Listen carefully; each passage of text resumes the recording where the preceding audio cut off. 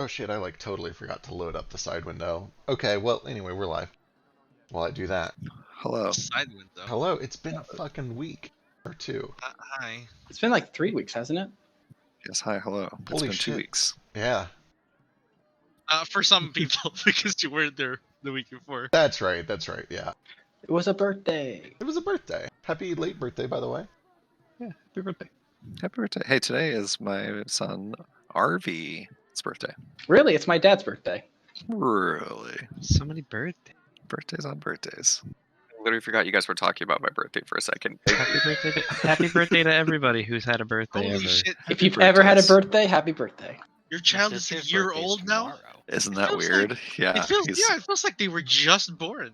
that feels that way here too. His Really? second Does it? child. My second His child second. is a year That's the old. Does it? crazy shit to me. God, I've known you since before children.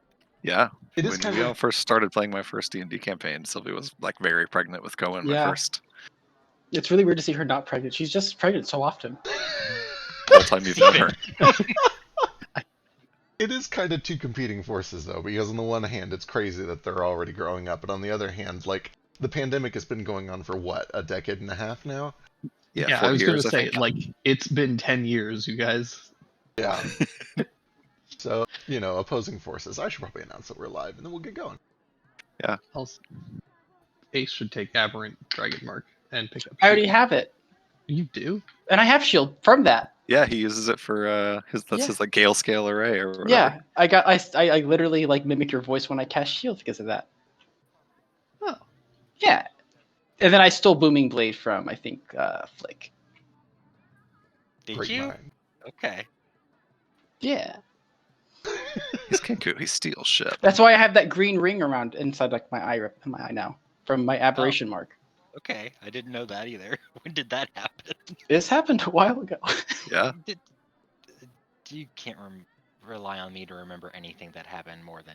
Well, it must have been quite a while ago, back when we had, somebody keeping a record. Yeah. A Yeah, lore we had a keeper, lore oh my keeper God. who would write these sorts of things down, yeah. Yeah, if only. We're getting to the point now, and here comes a confession. We're getting to the point now where I have to, like, I forget things and I have to go back and watch the video instead of reading your recap to figure out what's going on. Because I'm Oh, bad yeah. at taking my own notes, and I've relied so heavily on the wiki for a long time. Brother. I don't know how you're just getting to that point. We're 10 sessions into my campaign, and I already don't know what happened in the first few sessions. Yep. There is. So when I was very first starting out DMing, I was like, what should I have on my DM screen? Like, what tools are useful for a DM? And everybody's like, oh, all these tables and stuff. And I'm like, none of this is actually important. I can memorize all of this. But let me tell you, new DMs, what is actually important to put on your DM screen. A chart of what your players know based on their knowledge rolls so that they don't do 4 rolls for the same thing. And a table of all of the important NPCs and storylines and what has happened to them and what their current status is. So that you don't have to go back and rewatch videos to figure out what happened to Joker's machine 37 episodes ago. Spoiler alert, it's in your painting. I found out. I looked it up. You have it. Oh, we have it the whole time. Yeah, you've had it the whole time. You put it into a painting and you stuffed that painting into your bag of holding, and It that's where sounds Joker's like a- machine is. It sounds very much like something that we would do. It does. It certainly does. But I didn't remember. I sure as fuck didn't remember. I had to go check notes, and by that I mean Zeke's wiki editing. Anyway, let's do this shit. We had a couple of people absent last session, so for a quick recap, you guys kind of finished up all your business in the Mastaba, and then spent a couple days just like trying to help the city recuperate and do some basic triage. You tried to heal people, and establish some law and order, and during all of that, you were kind of trying to figure out, hey, what the fuck are we going to do with Unmirage going forward? There was a lot of talking with Elise about whether she wanted to stay and rule for a little while, or if she wanted to leave it up to other people. But after a few days, she decided that it might be best to stay behind and kind of take care of the place for a while and let you guys go off on an adventure on your own. During that time, though, there was an increased presence of the Emerald Company within the city. They flew in a bunch of airships from the west, presumably from Salt Bowl, and they also started to help out the people, giving food and rations and water and kind of establishing some law and order. And then they called a meeting early in the morning one morning to try to just like have a public council to talk about who should lead the city and rule. And Nomad showed up very prepared with a bunch of like legal options and things that could be rolled back and ways that they could establish a little bit more order and social benevolence in the city. And Elise kind of did a little bit of campaigning with all of your help. And several people jumped in to assist with that. But then the Emerald Company was like, no, fuck you guys. The monarchy is an old relic. You guys did a terrible job. You ran away. You haven't even been here this whole time. And it kind of turned into a public debate. And through a series of skill contests, you guys very handily won that debate. You convinced most of the populace that it was in their best interest for Elise to continue ruling. But then the Emerald Company people were like, no, fuck that, we'll do this the old-fashioned way. They unveiled themselves, revealing that the leader of them was actually Mr. White, the big old great white shark Sahuagin dude that you guys met back in Salt Bowl, who was secretly the big white dragon who attacked you in Cold Hope. And he attacked. And you guys just, like, shut him the fuck down. He got basically nothing accomplished. You smacked him into the dirt. Gale and... was it Gale and Ace, I think, worked together on that crazy plan? Nomad. It was Gale and wasn't Nomad. here. Ace I wasn't here, wasn't that's here. right. That's right. Gale and Nomad did a team combo to just kind of fuck him over real good. That forced him to reveal his draconic form, but even after doing so, he still lost the fight handily. You guys chained him up and basically got him stuck under the bridge to the lower town here in Unmirage, where you did a little bit of questioning and are kind of trying to decide what to do with him. If you want to try to bribe him, or convince him to work with you, or just execute him. And that's pretty much where we left off. You guys were deciding what to do here in town and then talking about what to do next. Obviously, the short-term plan is you want to gather up all your friends and family and make sure that they're safe. Elise has given you sort of a portable mirror that leads to a magnificent mansion that you can use to kind of just create a safe haven. And she has installed that with Gale's help on the ship. But you still have to actually go fetch everyone to put them in there if that's what you want to do. But then beyond that, you had talked about going to possibly Treasure Pineland to see if you could look into Delicacy a little bit more. Or over to Salt Bowl to take a look through all of Mr. White's stuff now that he has been indisposed. But anyway, it's the evening of whatever today is, Thursday, I think? Yeah, Thursday. What would you guys like to do? My hand's My- raised. I'm gonna go first. Yes, his hand is raised and it has been raised for an hour and a half. He got in early to do it. Flick, what's up? I need Gale and I need Ace for two different things. Hey Gale, I think I talked to you about this before, but I bought these stones earlier, and I for multiple reasons, I'd like if you could make me some earrings with this spell on them, if you could. I'd help, obviously. Sure. Yeah, I can give that a shot. I have some other things that I need to build anyway, so.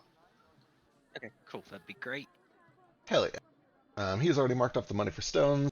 I basically just need a crafting check.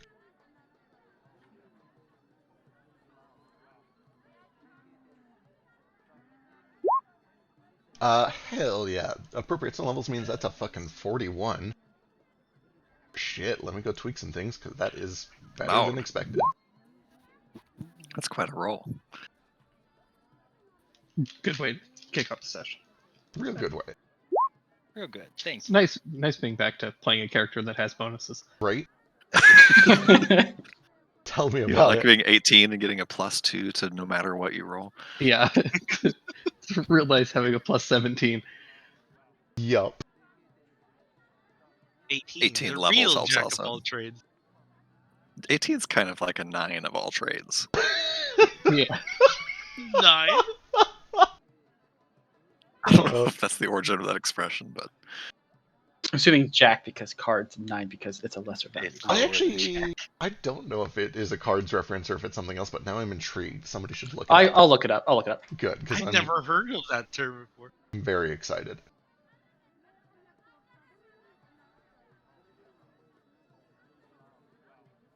Okay, while we wait for that, Ace, can I Oh. talk to you for a little bit?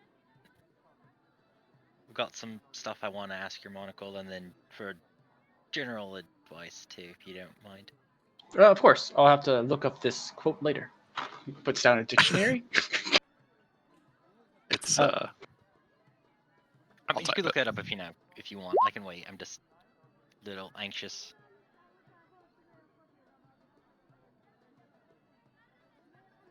Yeah, I can look it up later. Or someone else in real life can look it up if they want.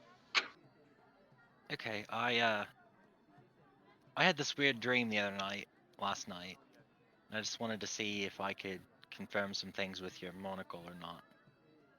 Oh yeah, of course. Sure. He like climbs into a little chair and sits down at a table. Okay, it would really help if I could remember this guy's name. There's so many of these Oz's. Ozymandias. Is that the right one? Okay. That's the big undead one that talked to you in the dream. Okay, cool. Thanks. Voice that in my head that I'm talking to. Norda's just like creeping behind him, whispering into his ear. Norda knows more about my life than I do. Okay. Let's see here how to word this. I don't want to say too much, right? That way I can tell how much is true and how much is not. Yes, it might help to figure out what you want to ask and then narrow it down as much as possible.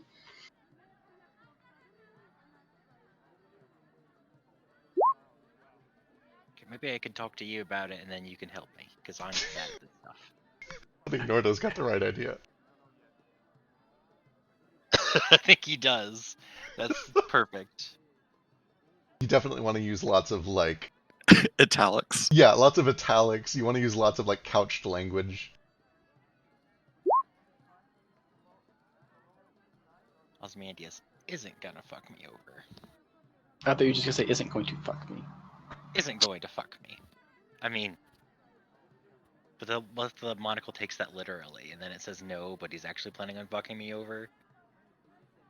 Well, is there some context to this? I had a dream where Ozymandias showed up. I mean, it was a dream, so it could have literally just been a dream, or a dream spell, or whatever that's called. But he comes in and just kind of kicks the Deep Mother out. The Deep Mother's always there. And he makes me this deal to get power from him and go kill the Deep Mother for him because she's in the way of his plans, and in return he won't kill everyone I know and love, and he knows what's really wrong with my mom. Well, I guess it'd be what's wrong with Nomad now.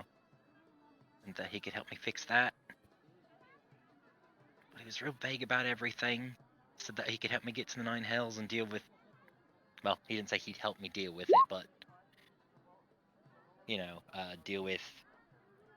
the Pale Knight down there, right? I don't know, I don't want anyone getting hurt because of me. But... I also don't want to hurt anybody who trusts me again. So you say that when you dream, the Deep Mother is usually there? Not always, but there's a lot of dreams where she talks to me that she is there. Like that one that Nomad and I've shared a few times, and Right. So like not like a regular dream, but when you have a magical dream, she's usually there. And you Right. said, where are you usually? usually just this inky blackness. It's kind of like the bottom of the sea's like, where you can't see anything. Kind of like where we met her? Kind of like where we met her, yes. And in this dream, was it the same? Yeah, it started off the same like that. She was there, then Ozymandias just kind of showed up and kicked her out. Did she say anything to you beforehand? Did she look like she was trying to contact you before he contacted you? Or did it look like she was trying to just always lurking type of thing? Seemed sort of protective, and then I don't know, she didn't say anything this time.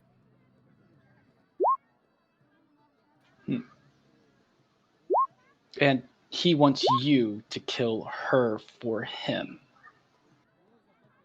Right, yeah. Why would he need you to do that? If, from what it sounds like you're saying, he clearly just smacked her aside. I'm assuming he's not exactly on this plane, or up here. I don't know, I know the Deep Mother's here. She said that she's in a crevice really deep in the ocean, hiding. Maybe he can't get to her there. Well, I guess the next question is, why? Why does he need her removed? He wouldn't give me the details if I remember right. It's a little fuzzy, because it feels like it's been 3 weeks or something. Have you tried contacting her? Not yet. if you tell a god, hey, I'm thinking about betraying you to save my mom, it's not exactly great. You could always take the route of, hey, I don't know this dream is real. Are you hurt?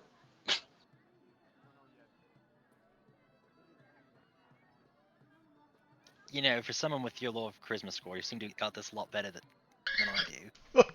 I'm really good at reading people. I'm really bad at putting it into action. Right. Hmm.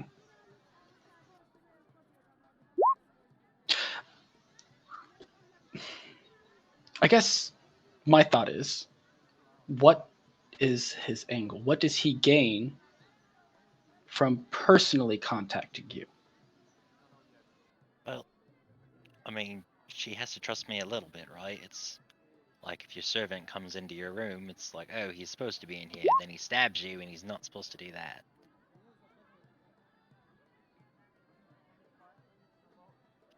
I don't know. There's a level True. of trust there, and she's not gonna expect me to try to kill her. True. I guess I don't really know much about your relationship with her, I mean, I but don't either.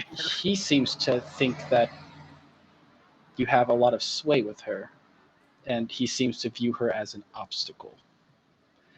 And it makes me wonder, is she the obstacle, or is she an obstacle because she makes you an obstacle? Think about it this way. If you had the choice between making Nomad your friend or Nomad your enemy, which would you choose? I mean, that's hard. Yes. It's not, but I don't think it's a hard decision. Like, you see how his crazy magic is. Maybe that's the same. He sees you as a deadly foe, so he's trying to threaten you to becoming a passive ally. Right. So I guess we need to figure out, how can we condense this into a question. Correct?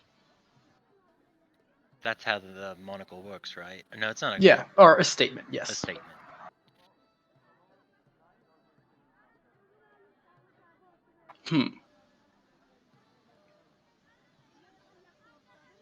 Let me do a little bit of some thinking on this. All right. Perhaps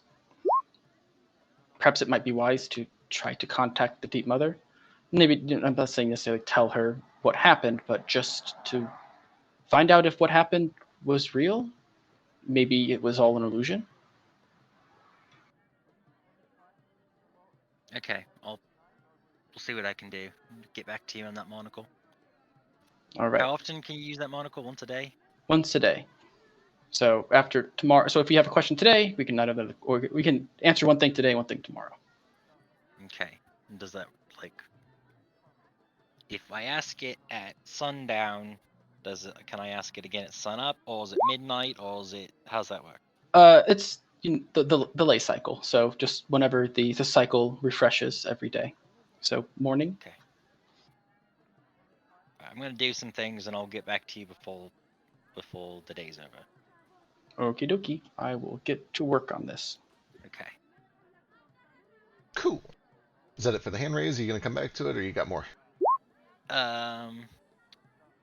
Did Gale destroy the scrying thing? Or do we still have the scrying thing? I think it was the key is no longer attached to the scrying Yeah. place. Damn it. Okay. We no longer have access to the scrying situation. Also, last time we tried to go there, it was like fucked up by a dragon, so probably it was screwed anyway, even if we had the key. Anyway, yeah, good point.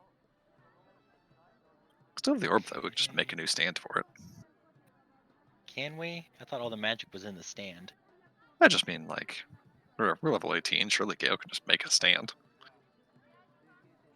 That's fair. I don't know. That's me Okay. making assumptions. We'll pass on the hand raise for now, and I'll figure out what I'm doing. Okay, cool. Who else has got stuff for tonight? If anyone. Depending on how fast we go, we might need to retcon the monocle talking, but it'll take me a bit to write stuff up. Right. Okay. Cool. Have we had a short rest? You've had one last session. There's not been one yet this session. You guys were just about to. You were settling in for the night, basically. Did the entire fight just happen today? Yes. The fight against Cool. Mr. White was today, yeah. Cool. Mo, what's up? Can I go look for useless knickknacks and trinkets and shit here? Absolutely. A lot of them are just free for the count me taking, in. because, like, half the shopkeepers are dead. But there's also some that have been gathered up by the survivors and kind of, pulled back up, and a few of them are even, like, willing to sell them, and they're willing to basically just give you any cheap trinkets that you want because you saved the city. Do you guys have a T-shirt that says "I made it on Mirage and all I got was this lousy T-shirt"?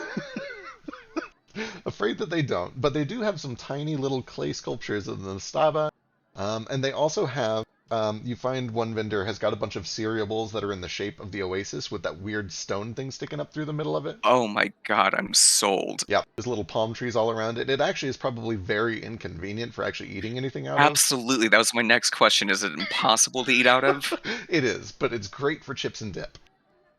Cool. I'll buy a couple of those. How much does he want for him?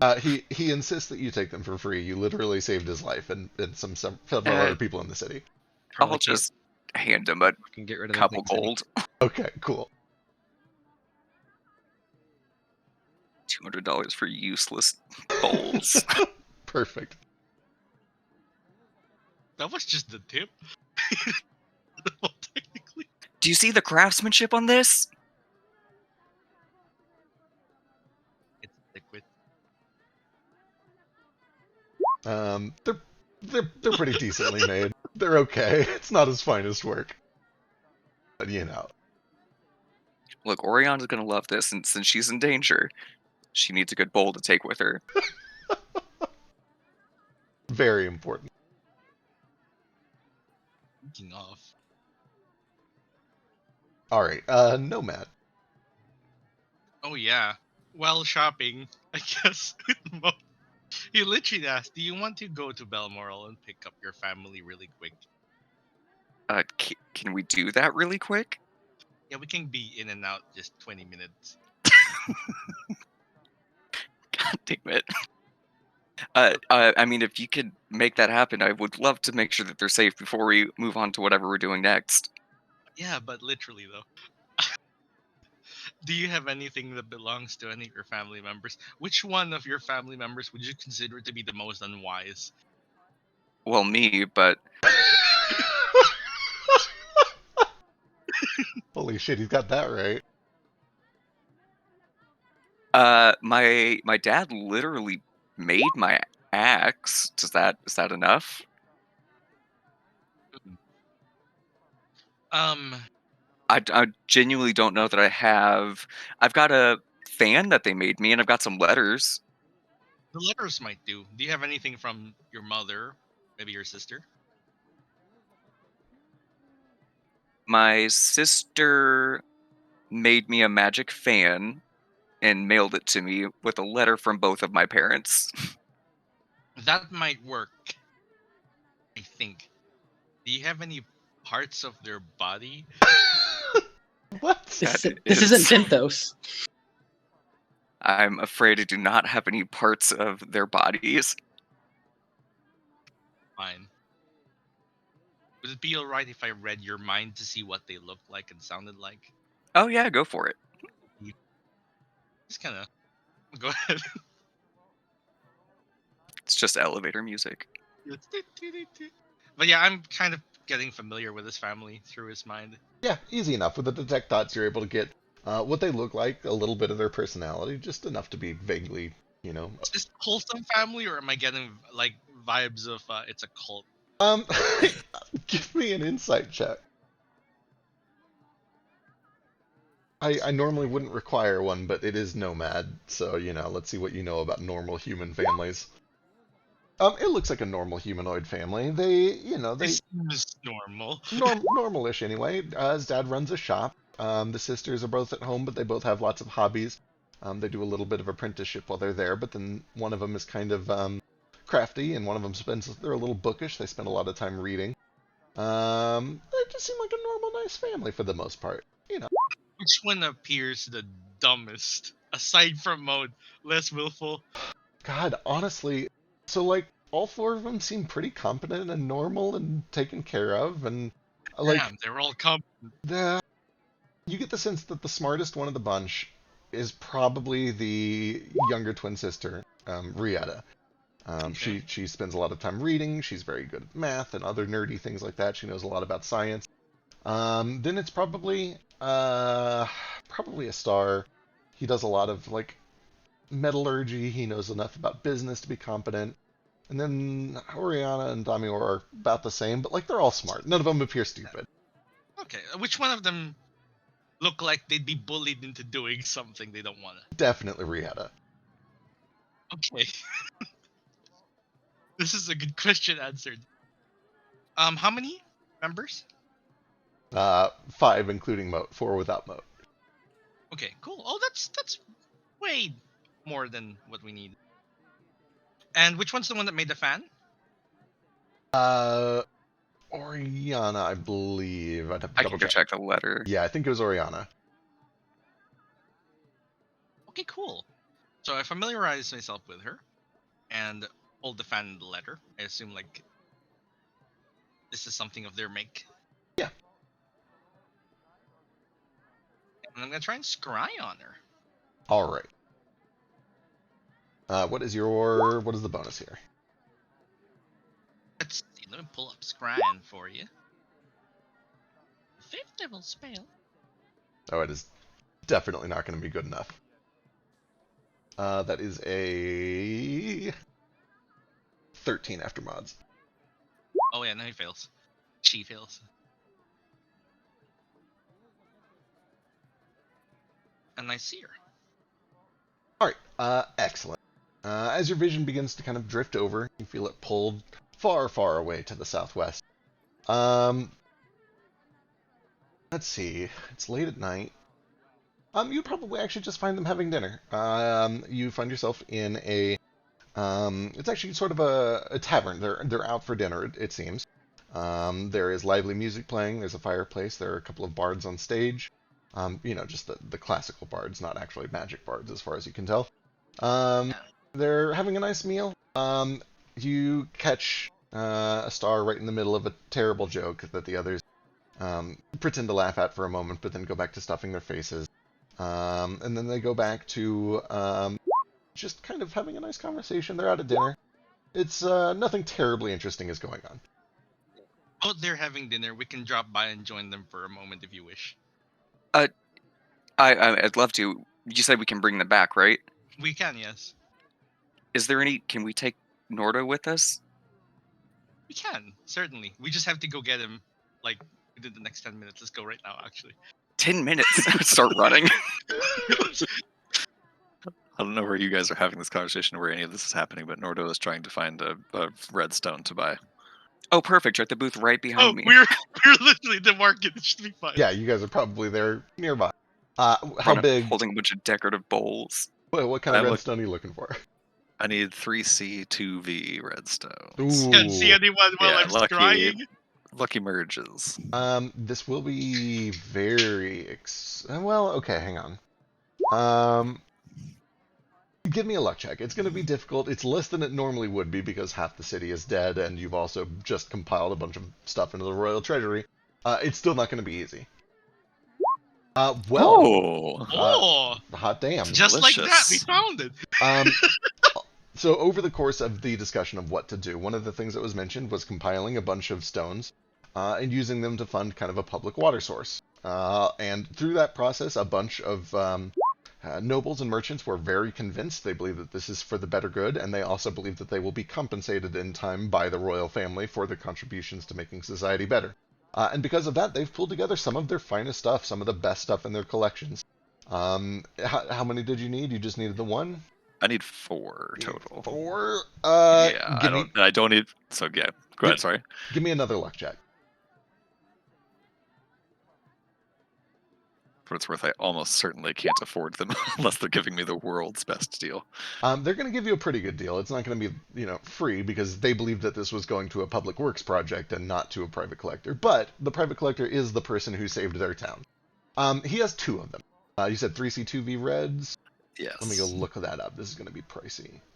Per the chart, if I'm looking at it right, this would be 576 is the normal price. That sounds about right. 3 for 2, 576. Yeah. Go ahead and give me a persuasion check. There's a lot built in because you saved the city, but just to see how low you can talk him down. You're not really even talking down the person that donated. You're kind of talking down Elise and the Royal Guard. Okay. For what it's worth, Noda probably wouldn't even really try to talk him down. He doesn't have any idea how to like participate in economics. He would pull out what he owns is 580 something gold, and he pulls it all out and says, "How many of them can I get for this?" Okay. And I'll show him it is 587 gold. 587 gold. Go and give me persuasion for that. I know that that's not quite haggling, but it's the same Right. effect. He will...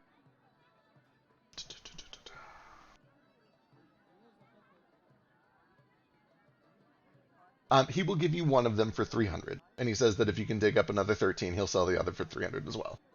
I can spot you 13.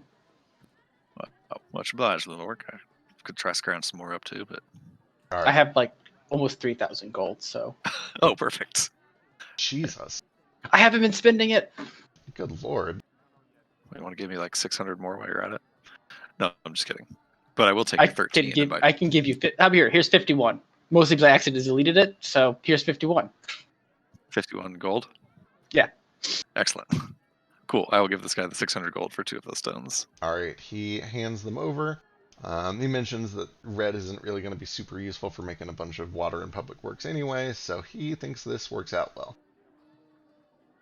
Fantastic. And does he have more of the stones left?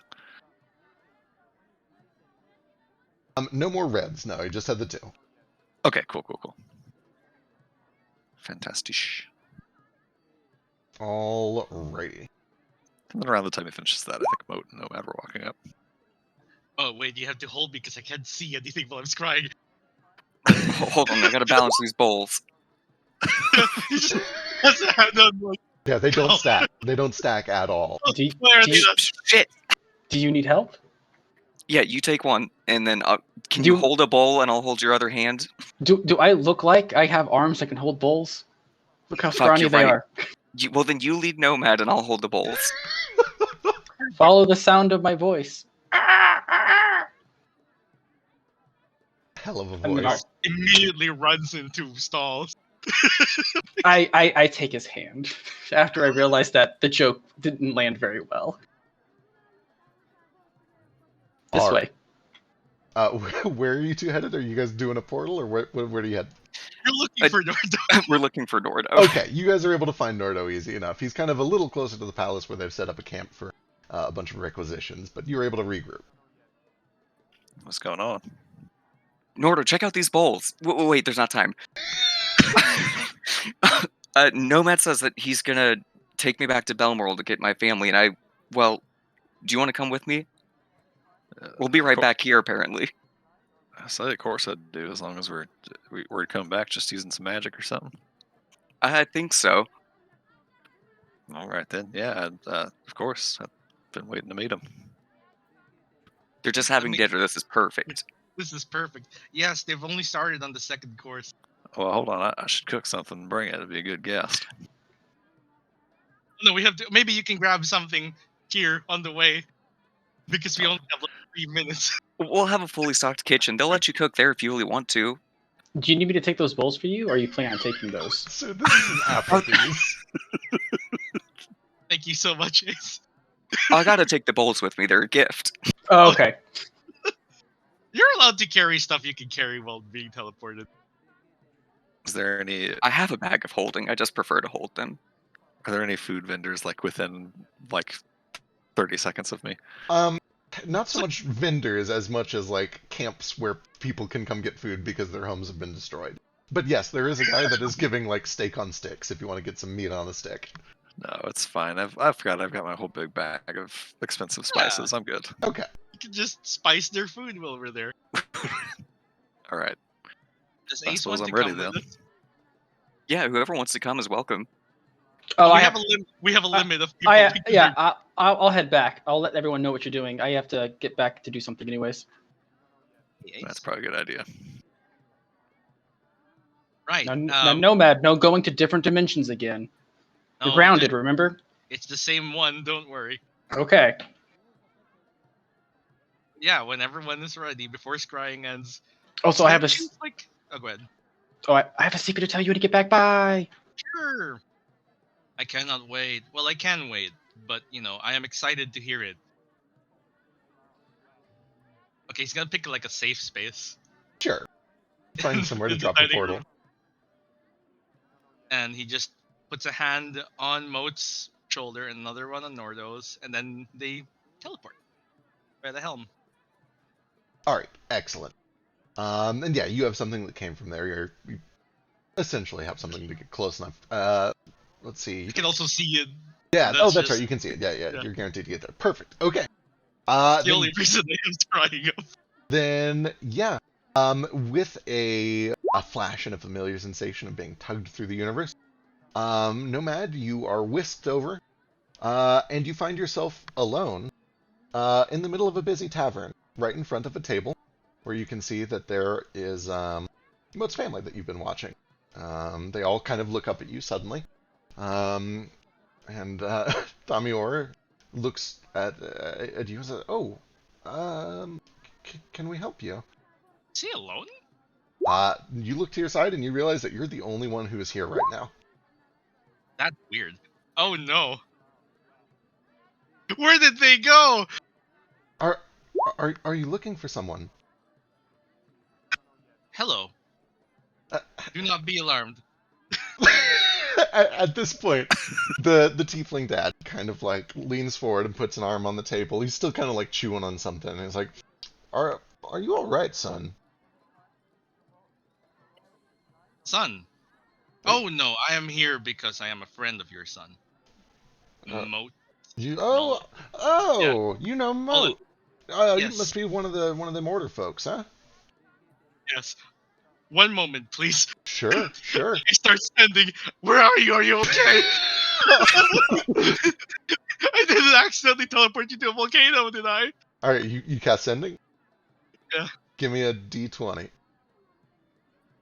Lord. We're in another plane? I just told you not to do this. I feel bad for dragging Nordo into Be this. grounded. All right. We're going to jump back a little bit for a moment. Nordo and Mode, as you guys walk through this portal or take this teleport that you've accepted many times, you start to feel this familiar sensation.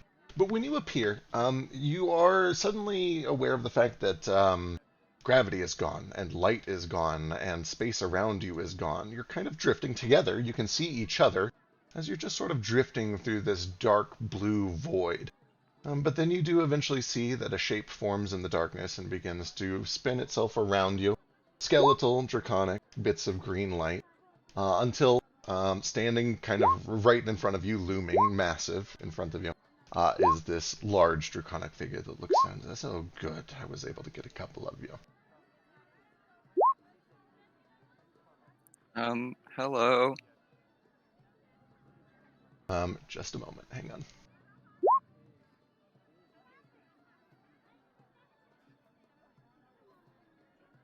I won't keep you long. I just figured I would intervene for a moment while I had the two of you alone. Your friend will manage himself. Maybe, perhaps, who knows. He doesn't do well in social situations, I've noticed. I led the campaign, thank you very much. Successfully. Anyway, I know that you're headed to dinner, and hungry people make irrational decisions, so I'm going to be very, very, very brief with you. Sorry, I hate to interrupt you, but I literally attack him with my axe immediately. Oh, sick. Excellent. All right.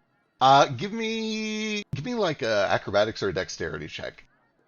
The very first thing that you notice when you pull this axe out and start to like run towards him is that you're kind of floating weightless in this spaceless gravity.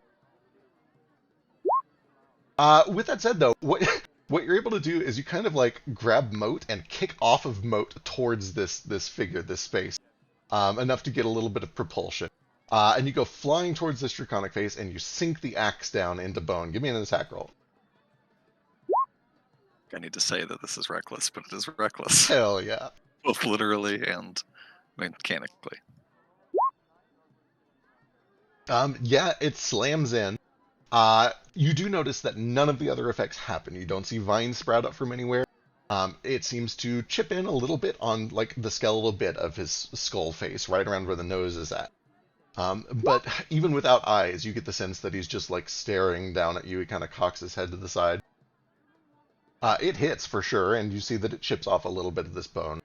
Are you quite finished? Do you think this is really me? I knew I picked the wrong people. I'm sorry. I should just let you go.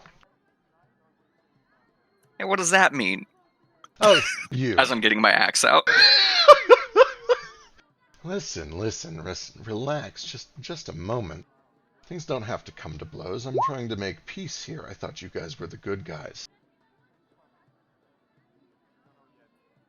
Let's What talk does that quicker, even friend. mean? All I want to do is help you do something you're already going to do.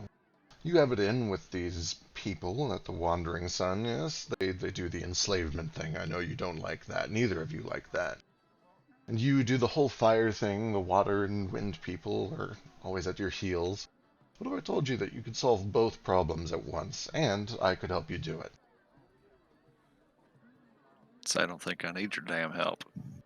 No, Did a pretty fine job. probably not. And as for you, and he kind of just like picks you up, Nordo, and grabs you, or at least tries to grab you and put you back next to Moat. It's up to you if you kick and attack and scream the whole way. He kind of just tries to do it anyway. Well, grabbed. I'll kind of like stow my axe for a second, but not well, resist being grabbed by him. Sure. One way or another, he just kind of like gets you off of his face. So you are difficult to deal with because, frankly, you don't have much left to hold on to except for any emotions to Moat. And your sister, but you've got her well within out of my clutches, for the time being anyway. You, though, and he looks to Moat, you've got a lot. You've got a lot here left for you, left to live for, left for them to live for. You do want to go see your family, right? That is where you are headed. Yeah, that's where I'm going. Well, then, I have a proposition. I need one thing from both of you together. You're friends, and I think you're well suited for it. The Order is not what you suspect. I'm sure you've realized this by now. They're a cult. You remember that cultist that you rescued? That was not some act of balance. That was them trying to retrieve a lost pawn. They want to, as far as I can tell, end all magic or some other nonsense like that. And the way that they need that to happen is to get all of these elements to unite together into one big locus so that they can nullify the whole thing. And you need to stop it, both of you. That means you need to go slay these two elementals, Ryujin, Raikou, whatever you called them. And then also while you're at it, your bird friend, the one that talks too much, I do need you to deal with him as well. You know, when I say deal with him, I mean I need you to kill him. I need you to kill Vasudeva. But you do that, your family lives. And I'll help you destroy the Wandering Sun. You get your revenge, everything is fine. What do you say? What's a little bloodshed among friends? Can I insight check in? Sure. I'd like to do the same. Sure. Yep. Classic Moat. He's back, baby. Never mind. That's fine. Okay. Moat, a lot of this seems to line up. The fact that he even knew about the cultist that you were sent to recover seems to indicate that he has some information that you don't. And you've suspected for a long time that maybe there's something else going on with the Order. It's hard to tell exactly what his motives are here, but he seems to be forthcoming with you. He seems to... I don't know, this doesn't seem good, but it seems legit. It seems like he's being a little blasé and honest with you. Nordo... He's hard to read. You get the sense that maybe he's stretching some things, or even just kind of coming up with some sort of rationale to get you guys to do what he wants. It's hard to really read him super well, but you can tell that he's very manipulative. He has a lot of practice with the silver tongue. You know what I'm hearing, big fella? You could have had this talk with us any time in the last months or whatever. What I'm seeing here is somebody who's scared of us, needs to get us on your side. And it ain't gonna happen. Yeah, what he said. He, for a long time, just kind of looms and looks down at both of you. More Nordo than Moat, but there is a point where he kind of tilts his head back as if to, like, check, like, is that really how you feel? Like, are you really so confident? But eventually, he kind of pulls back and says, "Oh, very well. Don't say I didn't warn you. I suspect that we will meet again. Probably under less favorable circumstances. Anyway, go have fun with your family. Tell them It's anything favorable for you, maybe. Tell them anything that you need to tell them. It might be a while." And with that, he slips back, and then you feel the tugging sensation at the center of your core again. And as you guys are continuing to be hurtled towards your destination, you do get a sending from Nomad that's like, "Hey, where the fuck are you guys?" or whatever he sent. God, you're not gonna believe this. But thankfully, Nomad, after an awkward 30 seconds or so, there are two more little pups, and you do see that Nordo and Moat tumble out behind you and appear with you in the tavern. And immediately, all of Moat's family stands up like, "Hey, he's here, he's here." The sisters kind of get up and they both run over to give hugs. Yeah, I run over too. I run over to the table and put the bowls down, Oh my and god. then Fuck. Oh my god, where did you get these? These are the stupidest things I've ever seen. I love it. oh my god, we got them on Mirage. Aren't they great? You could never eat out of this. Unmirage, where's Unmirage? I don't know, but I was just there. Here's a map. Oh my god, Unroll that's way over there. I didn't realize you were going so deep into there. And then at this point, Thamir kind of chimes like, "Yeah, I also did not realize that you were going so deep into Ajapiana. What have you been doing over there? Is it safe?" Well, I've got great news. You're all about to get first-hand experience. Uh, Star kind of like raises a brow. I may be in a little deep into some stuff, and I'm gonna go ahead and just need to keep you guys with me for a while until I can get this all sorted out. Oh boy. Oriana is excited. She's like, "Oh shit, yes, let's do it. Can we go get all of my stuff? I don't have a weapon or anything. Am I gonna need magic?" You're not gonna need anything. I'm gonna keep you guys safe. Star and Thamir kind of look at each other like, Arm yourselves in teeth. well, Oh my god, where are my manners? This is Nordo and Nomad. Oh, yes, of course, and they both immediately drop that awkward silence, and they trip over themselves to introduce themselves. I'm Star, and I'm Thamior. And the other one, you said, did we get your name? Looking to Nomad. Oh, it was Nomad. Nomad. That was Yes, Nordo. yes. We mistake our names for each other a lot. I do hope that Moat hasn't been too much trouble. Well, No more trouble than he's. well, ain't that the truth? No, he is perfect. All right. Thank you, Nomad. Well, what do we do? Should we finish our meal? Is somebody after you right now? Do we need to keep our voices down? I'm afraid he's right though. There is somebody after us, and I do think it's right now. I think we need to go as soon as we can. Nordo's a great cook, I'd be though. happy to make you a dinner when we get back, but we got a pretty dire warning on the way here. Okay. We just start packing. All right. At this point, a Star kind of like looks over, is like, "We did know that this was a possibility. All right. Will we be able to contact anyone when we leave, or should I leave a note?" That's a great question, Nomad. Leave a note if there's anyone you wish to contact on the road. Keep them in your thoughts, and I'll send them a message. All right. Okay. Well. Where we're going, the postal service cannot reach. All right. Well. Let's do it. Better not tarry. I guess. Thamir looks very nervous. A Star looks like maybe he kind of knew that this day would always come. And then both the sisters are excited. Yeah, I'll go help Thamior like pack and try to reassure that everything's going to be fine. All right. But more importantly than that, do I see all the useless bullshit I've been sending back to them sitting around the house? So notably, they appear to be at a tavern. They're at medieval Applebee's right now. Like, Oh, Oh, Yeah. I thought they were eating dinner like at home. oh no, same. I thought that. no, They're at a no. tavern. Yeah, they are at a tavern. And you are getting a few weird looks here and there because you appeared out of nowhere. But you do notice that like a couple of other people are like at one of the tables using Presto to do like a little illusory show. Like, there is a light use of magic even within this tavern. It seems to be a very magic Can I- positive city. Can I do a quick scan of the room at least for anyone that is giving us looks like, hey, there's those fuckers from that poster? Absolutely. Give me either perception or insight. Either one works. I'm not too concerned because like I look completely different from the poster. Boy, this is the first time ever that I've agreed with insight being rolled in the perception. Anyway,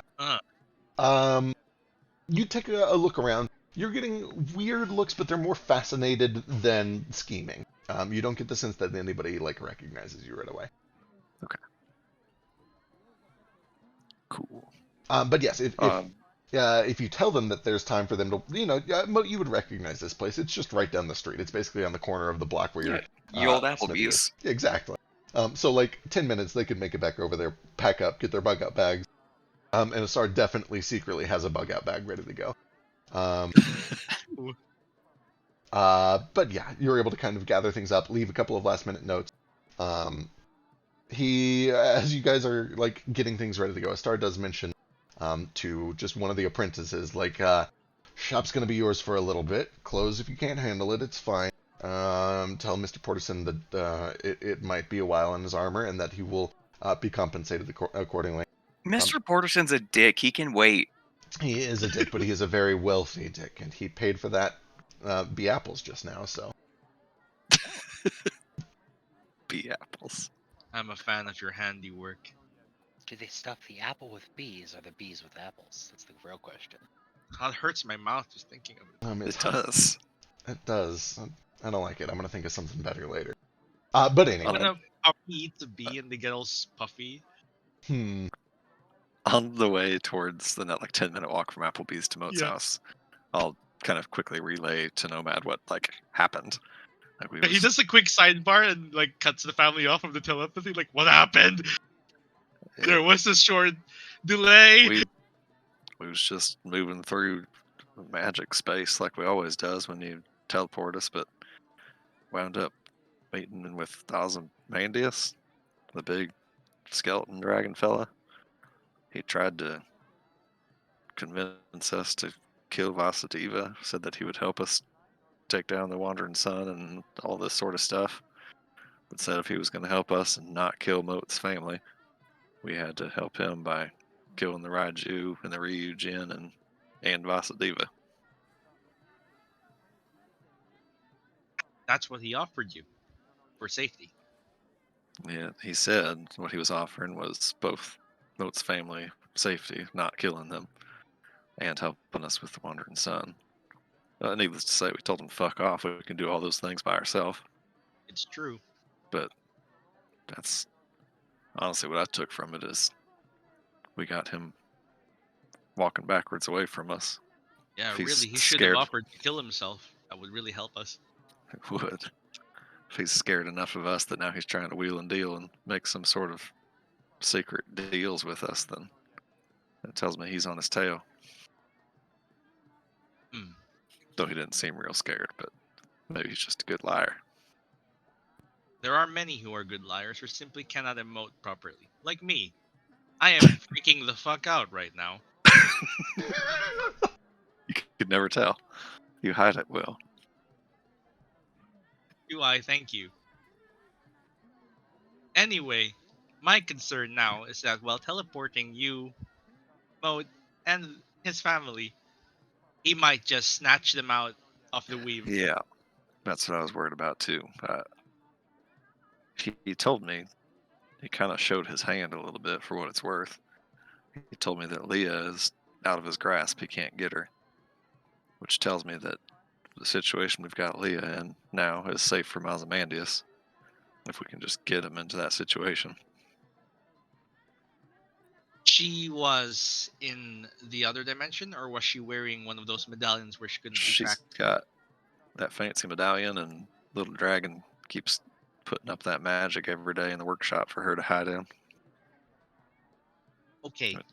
Do you think, Mo, maybe before we leave, we can purchase a few of those necklaces for your family? 35-minute adventure in and out. If we're in a big enough city, I'm sure we could probably find some. Here, put on this helmet. It'll hide your face. We are wanted. Also, I feel like it goes without saying, but maybe don't mention the fact that my family was just threatened minutes ago to them quite yet. I want to drop that bomb once we're in on Mirage. Well, don't worry. We'll put them into this group call later. But yeah, I don't know. This is your call right now. It could be a threat on them if we try and take them now. I don't think it could hurt to at least check and let's check and go from there. Maybe it's as simple as just buying a couple real quick. Sure, let's see how much they have in stock. As you're having this discussion, there is a knock on the door that kind of interrupts everything. Summon on. You hear. She gives him random. At first, it's just kind of a knock, and then it's kind of like a banging. Not like trying to burst the door down, but like somebody belligerently knocking on the door. And then you begin to hear shouting muffled through the other side. It's like, "Hey, is this a Smith? I need a fix my. I need Smith. Are you open?" Can I No. go- While he's yelling no, can I like look out a window and see if I can see who's out there? If there's one available. As you look out the window, it's easy enough to see that there are two just belligerently drunken men that are like stumbling over themselves. One is basically leaned all the way against the door. The other one is banging on it. And you can see that one of them is kind of like struggling to hold up his pants, like something weird is going on. It's like, I need a belt buckle. I need a Smith. Hello, are you open?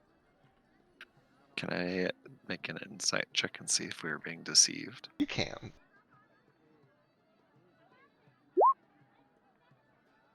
As you kind of look out there, oh boy, what would you even get?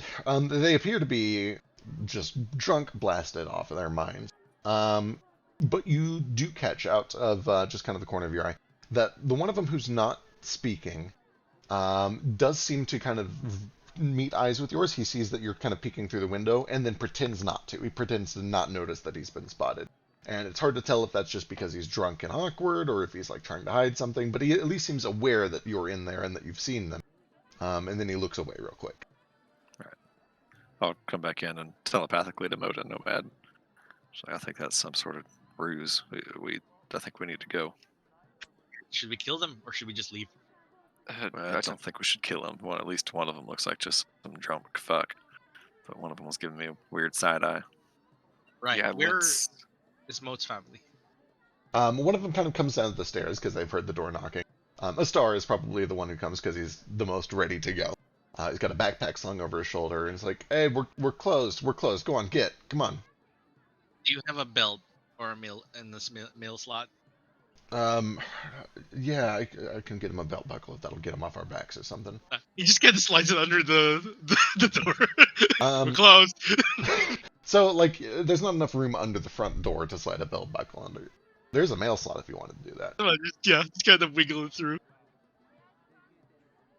All right. As you wiggle the belt buckle through the mail slot, it drops down to the other side, and you can hear it clatter on the ground. And one of them picks up. "Oh, thank you. Here, have some gold or how much is it?" It's on the house. Get out of here.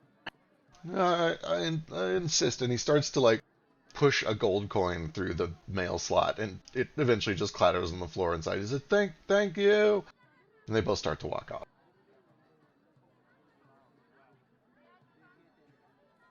I don't trust that at all. Should we throw the coin away? I think so. Seems like a trick. Wait for them to go in and flick it back out of the. This point, Rita kind of comes around like, damn, you guys just throw away a gold piece? You must be living it up. This adventuring thing pays off, huh? Rita, you have no idea. I can just throw money away. Do you know how much useless shit I've sent back here? I do. Most of it's actually over there. We've been having to, like, we set up a shelf. Look, we have a trophy shelf now. We've been Oh, calling it's them the trophies. glorious. All these, are we all packed? They are kind of trophies. But yeah, anyway, packed. All right, after a couple more minutes, everybody seems to kind of make it downstairs with a bug-out bag of some sort, or at least a backpack and their, the things that they need immediately. And they, all right, so what do you got? Is this an airship? A magic? What are we doing? We're going to link hands, Okay. the circle, and well, pray to whichever god you wish, or me. They all look at each other and then at Moat. I just nod. For safety and travel. Can I be preparing to hold... Boy, I don't know how this would work. Can I hold a spell for if something happens to my family mid-teleport? Sure, absolutely. Yeah. Yeah, I will hold like hand on the axe, and if a hostile enemy appears while we're teleporting, I will attack it. All right. Oh, wait, you can't hold a bonus action spell, can you? So, like, you can hold anything. Like, you can... The rules say that you can try to hold any course of action, and I generally say that out of combat, that can be a bonus action spell. Okay, tight. But yeah, what spell are you? Is it just another teleport spell, or is it plane shift? What do you got? Yeah, No. it's from the helmet. It's another teleport for me, at least. Okay. Mo, do you have a protection from good and evil? I do, can that's what I cast- was looking at, but it only works on one person. Yeah. Do you have a circle version of that? That's the other thing I was trying to see. I do have Magic Circle, but I don't know if I have the components for it, and I don't know that It's it just works holy on. water, right? It is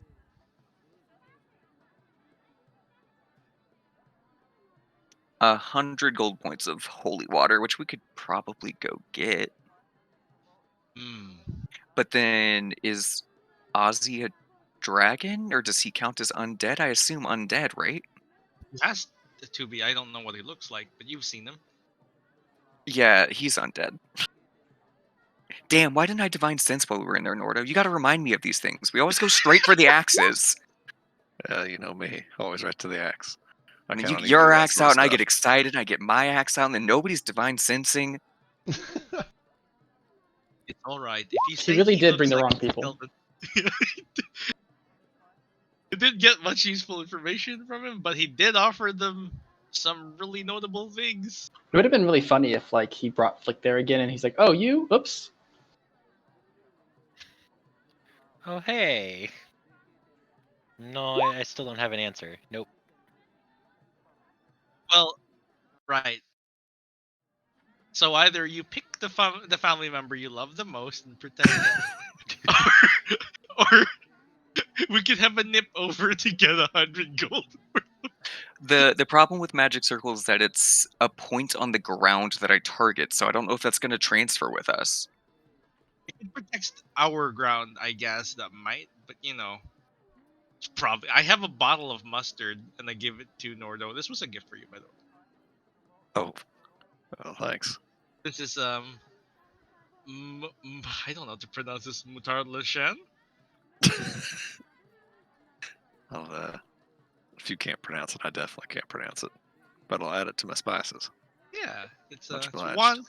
one bottle of mustard. And this is the description of it. Alright, well, I'm not going to cast a spell on one of my family members because seems a little pointed.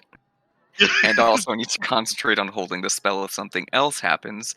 Yeah. And besides, it's all going to work out anyway. We're going to be fine. If you say so. It's always fine. We got this. I'm gonna take out one of the anchors for a mirage I've got. And I'm going to see. Let's look around. Yeah, we'll I start. have no resources to expend. I have 1 mana. I have no channel divinities. I'll just use the last charge in this helmet. All right. I'll start casting and get ready to unleash if I need to. All right. You guys make all your preparations and you cast teleport. And just a blink, you feel yourselves being tugged through space. And you're all very relieved to find that after a few tense seconds of being torn through the astral plane, you all appear in Unmirage. It is hot, it's dry, actually, it wouldn't be hot, it's a desert. It is actually pretty starkly cold. It's dry, there is moonlight that kind of sheds down, illuminating the parts of the street that are not lit by torch fire. And there is just a bit of a bluster coming in through the mountains. The rest of the family is so... Oh, this is it? This is Unmirage? Desert. Yeah, this is it. It appears that everyone has made it in one piece with no interruptions, as far as you can tell. Is anyone missing limbs? Okay, no, good. Yeah, they all I don't kind know, of... the first NPC I see after we finish the teleport out of sheer panic gets this on them. Perfect. Oh god. Then I cut down whoever the NPC was. No, I don't. I'm just kidding. Oh no! I mean, I'll drop it immediately, but There is a moment where a 4-year-old boy runs at you with a knife, but you're you're able to cancel the knife. You're able to stop things before anything serious happens. And Give this child a knife. Yeah, it wasn't even the person you compelled duel. The kid just wanted to fight. yeah, he just wanted to play with just a ready knife. to go. Good. But yeah, you appear basically right back in the market where you just left. You can see that the vendors by this point have almost all kind of wrapped things up and started to head home, except for a few that are still doing liquor and just some like late night food. Again, not really vendors so much as just camps where people can go if they're hungry or they need sustenance. But the rest of the party is nearby. You guys are able to get regrouped easily enough. Let me run through these hand raises. Nordo, did you have anything, or is everything good? No, that's brother. I'm caught up. All right, and Nomad. Yeah, I think that was it. We were caught up. All right, Ace. Whenever Flick is ready, we've been working on a phrase. Excellent. All right, hit me. Well, I want to confirm it with him first. Sure. Yep, that should be good. Okay. I made a little bit of change. Do you want it to be Flick can trust the Deep Mother to help him achieve his goals, or do you want to go with support him to reaching his goal? It's really just semantics at this point, but Support sounds good. That way I know she's not gonna, I don't know, murder me in my sleep. all right. So our phrase is Flick can trust the Deep Mother to support him in reaching his goals. Flick can trust the Deep Mother to support him in reaching his goals.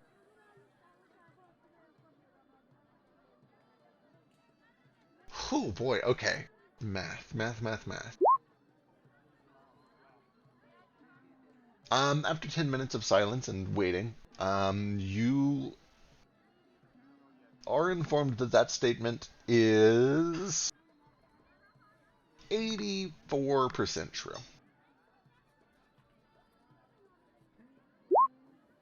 Okay, that's better than It's pretty good. pretty good. I mean, there's going to be some nuance with it. Obviously, if your goal is to change to killing her, she's not going to support it. I'm not She's sure if probably it not takes gonna that into account. I can. She'd just be too big for the menu. Yeah.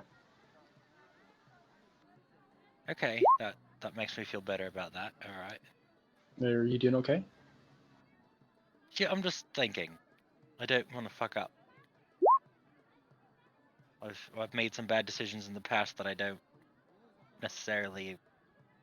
No, I do regret those. So I would kind of like to not fuck up anymore. Well, don't forget you have all of us. I know, but I know you're worried about your family and Cass. It's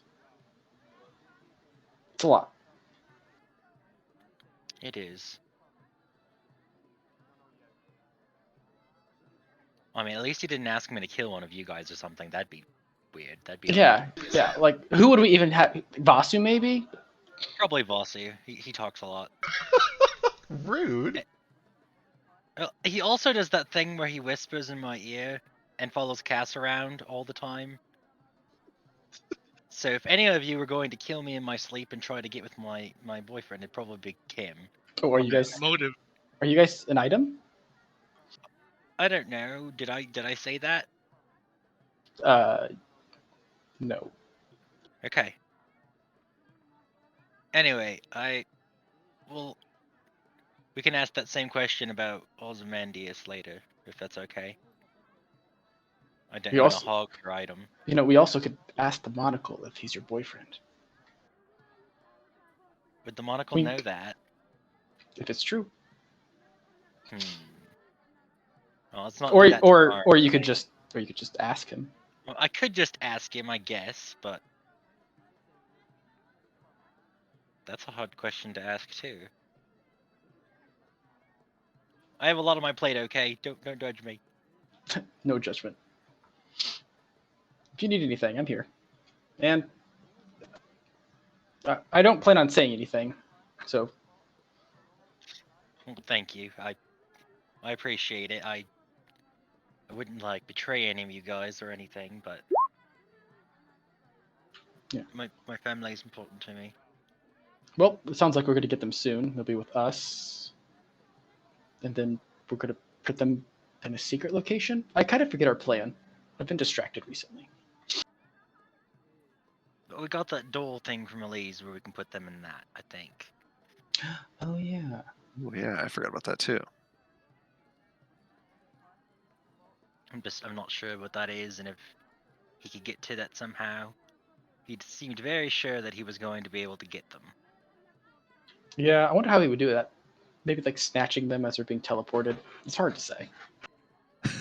Can you do that? That doesn't seem right. That doesn't seem like a thing you can do. Oh no, I'm just joking. I think I read it in a Okay. book once, maybe, but it was like a Alright. children's book. Got it. Lawyer. Did you say where? I said Tom Lawyer. It was in Tom Lawyer. Okay, I forgot this is a warlock spell, so I have access to it. But I want to go ahead and cast Scrying on the Deep Mother using the amulet as a possession of hers, and I am familiar with her. What a delight. Let me go dig this stat block up. It's just funny because you're literally using her magic to scry on her. Yep.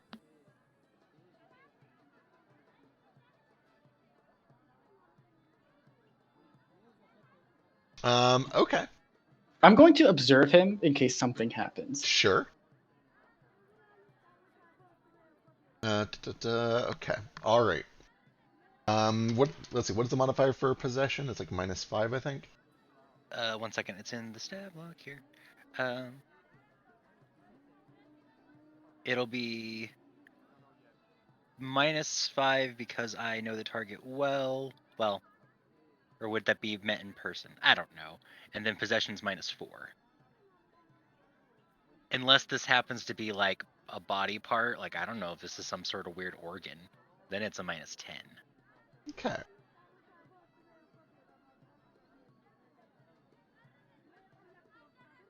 All right. What's your DC? It is a 19.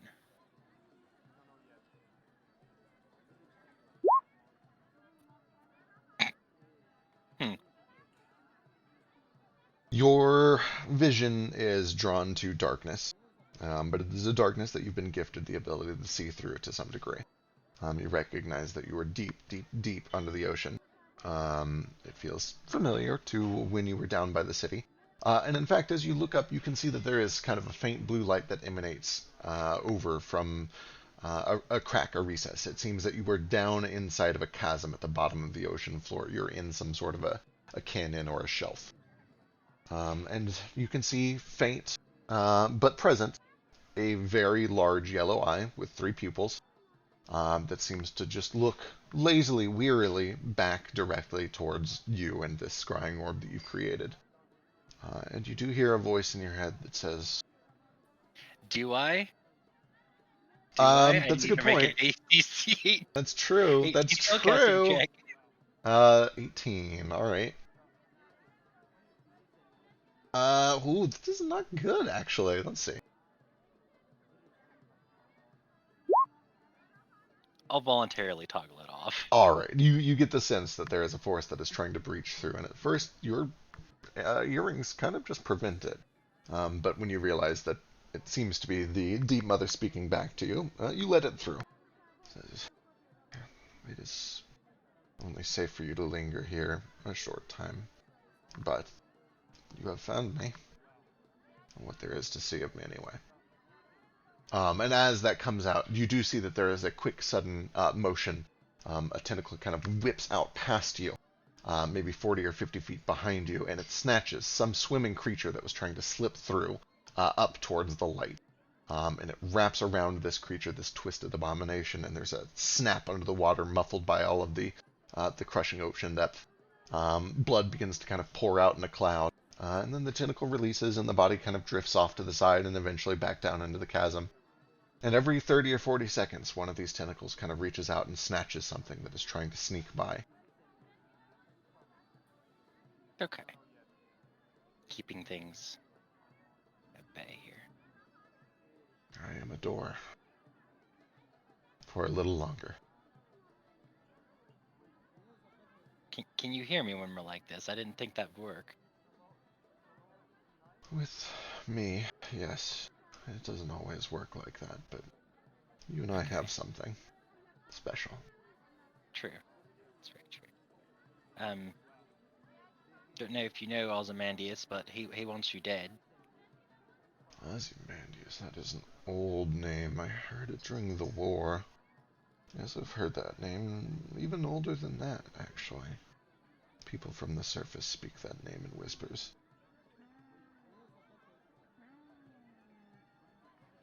But so you don't know why he'd want you dead, though? No, I assume there are plenty of things that want me dead. Things from below, things from above. Anything that feeds on death or the natural cycle of things. The gods themselves want me dead.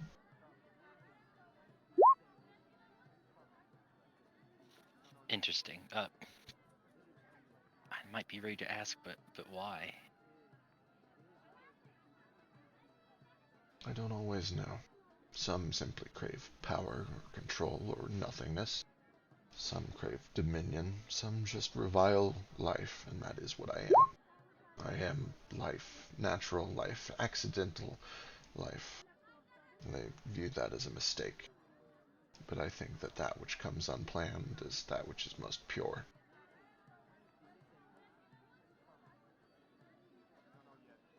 I like that.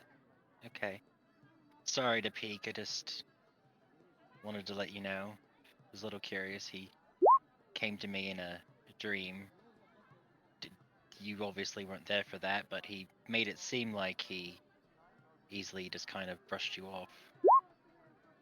I have many eyes in many places and many minds, but my full power is here, and it always has been. I've granted you some sliver of it, but what he does in dreams is only in dreams. Right. Okay, I'll let you go. Don't want to linger here for too long, but thanks. Wordlessly, everything just kind of gets dark again, and the eye closes, and she seems to go back to kind of focus. Tell her you're glad she's safe.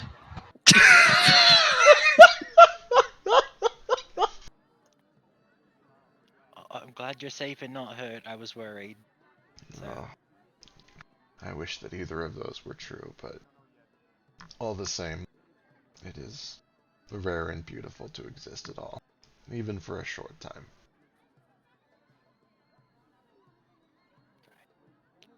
And then I'll go ahead and end the scrying, I guess. Alright, you find yourself back in Unmirage with Ace sitting In a high nearby. chair. Hi. Again. So, the dream was a dream. So you caught half of it, yeah. Yeah, I kind of got what you were saying, but yeah, maybe I'm assuming you filled me in. Yep, I'm I not filled sure. you in on everything. There wasn't a whole lot that you didn't get, probably, but Um, What did she mean? For now, you said that she said that she doesn't have long. I'm not sure. I'm assuming she's hurt, dying, something like that. I mean, she had to talk to us with that thing she's hiding. Yes, but you said that she was snatching things. She was a Could you door. describe it to me? What she was snatching out of the air or out of the water? She said she was a door. She said that it was a gateway to hell before or something like that, and that's why we shouldn't come to her. Hell's I'm Fly Trench, assuming- perhaps? Possibly. She could be trying to stop the aberrations that are slipping through. But from where? I'd assume Pale Knight. We've seen those white That's right.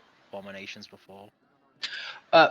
Metatalk, I forget. The Pale Knight, she is a fiend, correct? Yes, And she's not an aberration?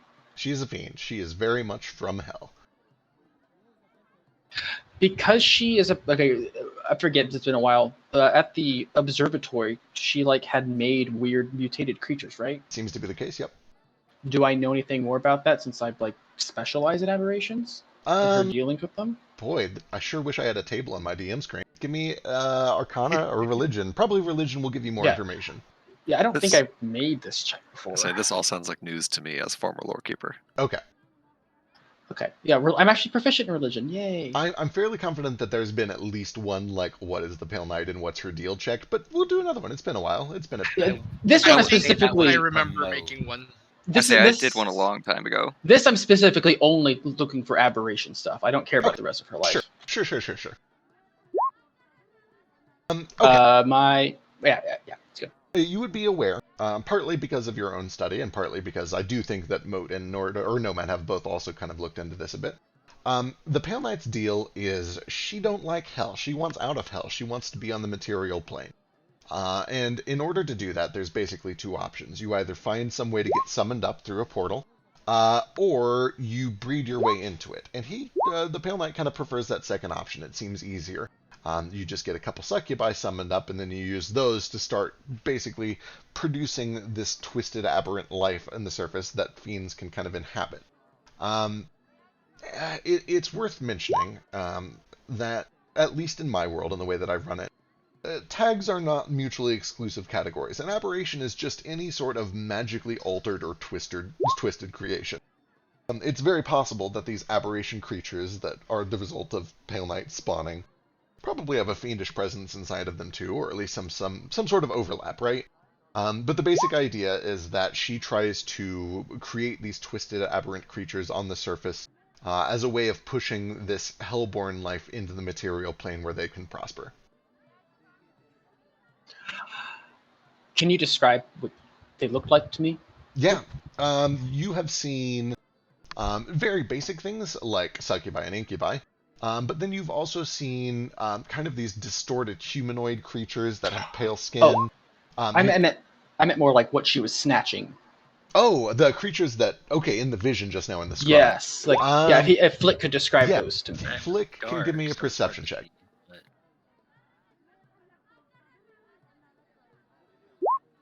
Wish I had swapped out perception proficiency. Oh, that's fine actually. Never mind. Yeah, that's pretty good. 21? As best as you could tell, they appeared to be, at first they look like enormous, pufferfish or spined fish of some sort. There are lots of spikes that are coming out of them. But then when they're snapped in half, you see that the limbs start to kind of drape off to the side, and they appeared to be kind of vaguely humanoid creatures, almost like a lizard-born, or a lizard-folk or a dragon-born, but with massive spines and quills all over them. So they're like these vaguely humanoid or lizard-like creatures with arms and legs. They probably can walk on their back legs, but then they have a long tail, and they're just covered in spines. You weren't really able to make out colors at that depth. Okay. Well, based on what you're saying, I was wondering if they were going to be partially fiendish aberrations. I mean, the spines could be like that. Well, it sounds more aberration, right? Yeah. I mean, the Just because you're one thing doesn't mean you're not another thing too. Yeah, and I feel like we put the Pale Mother in the back burner for a long while. Maybe we should Pale Knight. Pale Knight? Deep Mother, Pale Knight. So I many know. names. There's so many names. Oh, Nomad. There's so many moms. Well, maybe we should see if we can check on her somehow. Because if she's trying to come here, why is everyone trying to do things at the same time? One apocalypse at a time. Wouldn't that be Episode title. nice? One apocalypse at a time. I like that. I don't think I can betray her. I mean, betray her too much. I mean, even if you did try to betray her, you'd have to go to the crushing depths, and the only reason you could That too. survive that is because she's giving you the power. So the moment you kill her, That you would just too. die. That too.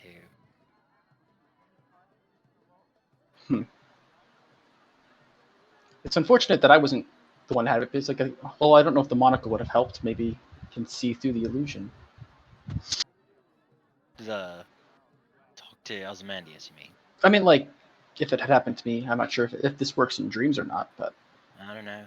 But it definitely seemed to be a dream. She had no recollection of it. yeah. Well, we should be cautious. Right. If you have any weird dreams, Should we tell the others? probably. But I Yeah. assume you've made your decision. yeah. I'm not sure if I want to try fucking him over actively or not, though. That's a choice for another day. The lowest I can roll is a 25. Okay. Flick legitimately doesn't. He's not going to actually side with him, but he is still contemplating using him. The whole bait and switch, pretend to be betrayed. Double agent. It's fun. Are you lie to me? See how well you can lie. Okay. I am a virgin.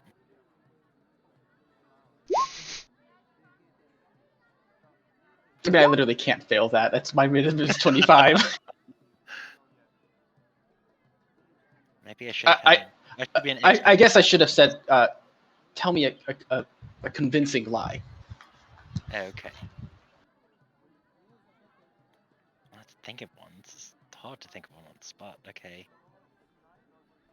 Well, you need to be able to think about the spot when you're talking to us, man. I have 3 fingers behind my back. 3 fingers up behind my back. Ooh, that's a. You know what? That was really good. That was really good. I almost believed you. I tried. While this conversation is happening, there's another one going on. But before I jump to it, Norda, what's up? Mine's kind of minor, but once we get back and like verify everyone's not dead, I'll pull Moat aside. Say, hey, sorry that was all in such a hurry.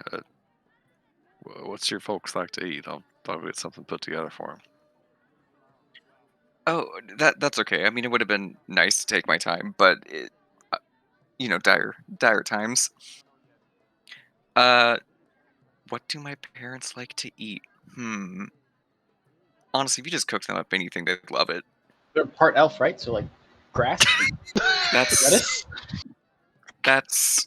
I'm just joking. He didn't say that. He's not in the room with you. I mean, just because you're right doesn't mean you have to point it out. Was it salad bar? No, they're not picky. I'm sure they're Alright. just, glad to be safe and glad to finally meet you and all that good stuff. Hopefully, once we get everybody back together, we can I'll sit them down and explain what's going on better. I must just feel I'll bad for them. We rush them out in the middle of dinner. That's what I'm thinking too. I'd like for them, before we get into telling them all about how the world's ending and they might be a part of it, I'd like them at least to be able to have dinner with their son and catch up a little bit. So I'll get stuff for y'all family dinner. World's not ending. We're gonna save it.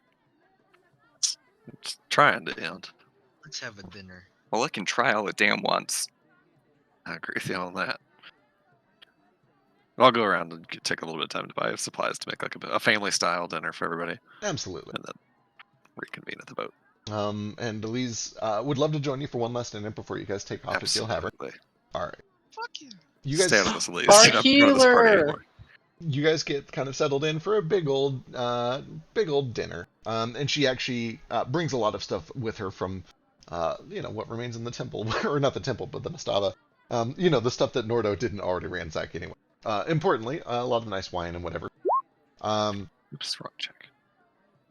And one of the things that she does bring along, so I just want to get this out of the way because it's awkward and I don't want it to be like even more awkward. These people brought lots of things to help fix the city, but you guys are all responsible for saving it in the first place. So we gathered up all of those stones you saw, and some of them we will use to fix the city. A lot of them we will use to make water or food.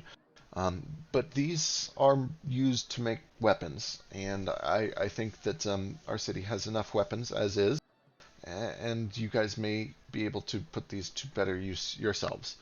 And she is going to hand out to each of you a gray stillstone that is fairly bright. It seems moderately powerful, but it fits well into the size of your hand. It seems to be a fairly dense gray stillstone for each of you, and I will get the exact stats for those here in a moment. Cool. One each. Have fun. One for each of you. Thank you, Elise. That's mighty kind. Yeah, Elise, if I wasn't the man I was, I'd kiss you. Well, have we already? It was something about the beak, right? We talked about this. We can try Yeah, I it. think we did. You have said this enough times that I'm wondering if maybe you really want to try it. And if you want to try it, I'm not married. Ooh. Oh, maybe just a peck on the cheek. Okay. All right. He just literally just pecks her. Take out a notepad. I make a monk attack. Okay. No. The woodpecker monk. As the dinner goes on, though, there is a point where D kind of leans over to you, though, Vasu. And quietly, not so much that he doesn't want anyone to hear, he's just, it's not something that he's being super loud about. He's like, hey, so, we're doing this whole round up the families to keep them safe thing, and I'm your family. Does that mean Yeah. I have to stay in the mirror all the time? I hope not. It's gonna get pretty crowded in there. Hopefully we can get you one of them fancy non-detection amulets or something too, so you can, Yeah. not get. And then We'll let you join- guys out when we can. We're just trying to keep you safe. Right. Like, I can come along. I can do adventurous stuff, right? Like, because, I was just sent on that first expedition, and I was finally going to do the adventurer thing, and now this all happened, and do I need to not be an adventurer, or, like...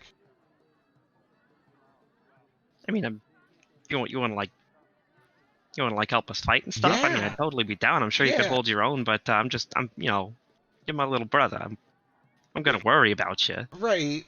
Not that I don't think you can hold your own, but how many class levels do you have? Oh, I class levels? Yeah. How many times does level up pop above your head? How many times have you heard a weird dinging noise in your sleep? Okay. Let me rephrase that. How many key points do you have? Oh, shit. He actually would have, like, some measure of that. Hang on. Wait for it. Exactly. Wait for Just it. have They use numbers. If you're What's closer your to power me, level? if you're closer to me or Vasu in terms of how much key you have. Yeah, like, they wouldn't... Like, he wouldn't know how many key points he has, but he would know, like, oh, I could stun 5 people before I get tired. Like, he'd have some way to measure it. All right, fuck this noise. I'm gonna go back to my workshop and I'm gonna make a key power level scanner. All right. Fuck yeah. Hell It's yeah. over Is it a 9,000. Is it a Give me- green visor? It's just like a Geiger counter. Fuck yeah. Give me a Tinkerstools check. And a... All right. I'm just It's gonna some sort of it's gonna get 3 Yellowstone. uses. Can and I- It's gonna fry. Let's see, I'm gonna go see if you guys have just, like, Yellowstones real quick. I'll help him if he needs help. Okay, that's a real good check. 35 after the thing. I assume you don't want to burn that mythical stone. You've got a 1C, 1V. No. Alright, I'm gonna burn this 1C, 1V. Alright. You now have a device that over the course of 1 hour of scanning can roughly approximate a person's fighting spirit as a number. You can effectively reveal a creature's hit point with an hour of study from a willing creature. And you would learn that he has how many hit points?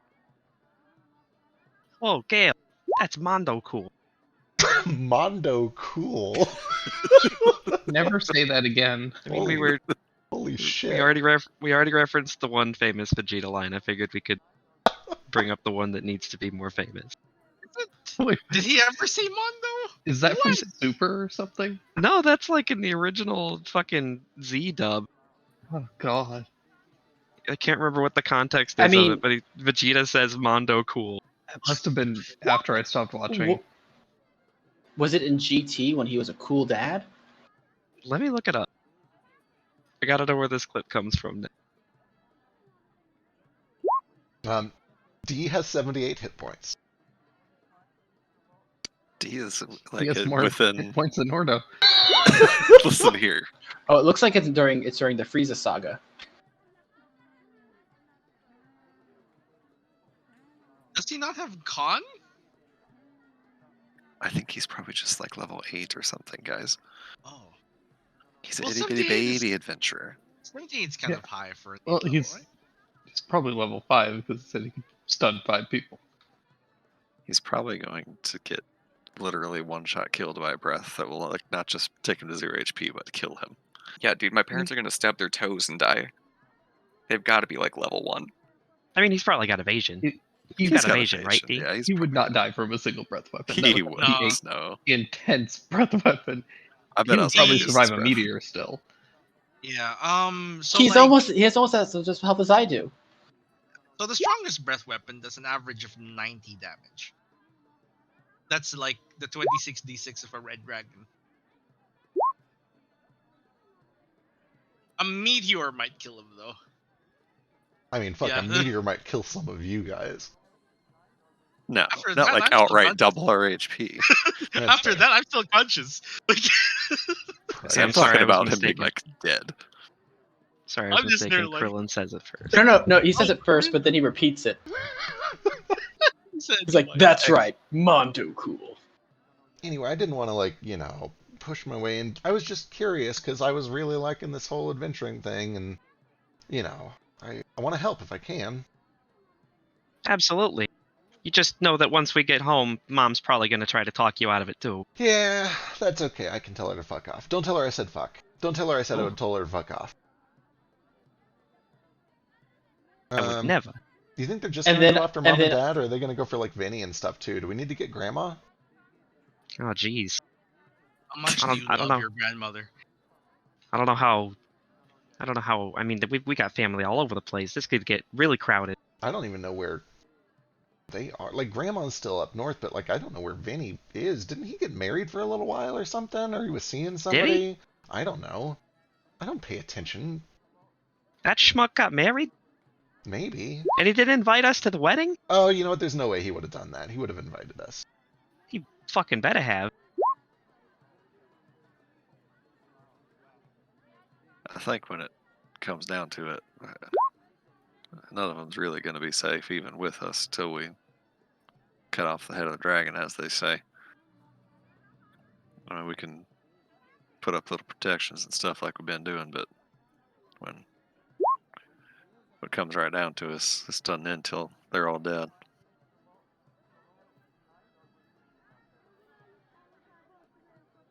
Anyway, soup's on. As Ace walks away from D, he repeats exactly what he said about telling his mom to fuck off in his voice before running into the other room. Hey, no! Am I allowed to hit him? You could try. He's already gone. Yeah, he starts running after. He's a fast runner, for that matter. I'm Well, also and fast. flyer. Oh, he can't fly. What? He's... Oh, no, he can't He fly. can- You're right. He can You're right. fly. No, you're Looks like right. Sorry. He's a tabaxi. Yeah, I always get it backward. He can fly. He can't fly. Ace is already gone. He's like, Oh my god. I have like 35. I think it's like 35 feet of movement normally, and then I can dash Oh, twice. shit. Jeez, that's a nice stone. Ooh, where are you seeing the stones? I don't see the stones. it's in the chat. In the I chat. just posted. Hey, did we leave yet? Do you think if I kissed her, she'd give me another one? She's still right here. No, this was all they had. It was exactly enough for each of you to get one. It was very convenient. That's very convenient. Secretly, one of them had to be merged a couple times. We were trying to get another one for Grandma, but is she still alive? She's like catatonic right now. She's just like in the rocking chair. Okay. See, All right. I'm Their working on a eyes have been- ventilating lung for her. every 5 minutes she'll like rock once, so we know she's alive. I think keep I saw having a the blink weirdest yesterday. dreams where her and that little kid are just staring at a candle with their eyes rolled into the back of their head. Anyone else getting those? And then they start shaking really violently, and Yeah. Spontaneously See, I have created. that dream, but it's always at my birthday party, and they're just in the other room with the cake. But And then they're the doing walls start melting. a little bit, yeah. Yep. Yeah, so I'm supposed to be like walking through a hallway, and then all of a sudden it's just them. It's just like everything is just them. I think I you don't guys. even have dreams. That's I think what you makes guys me- should start meditating before bed, like I do, because this is genuinely scary. What you're telling me. so we have a lot of enemies. I don't know if you guys have noticed. I do. And sure. I a while ago I made an enemy, and I was very upset about it. I heard about this really cool weapon that I think we should maybe go and get. Is it the sword? Yeah, I just feel like maybe, if it can kill a god, it can probably help Wait, what against enemy did you all make? of these. Bast.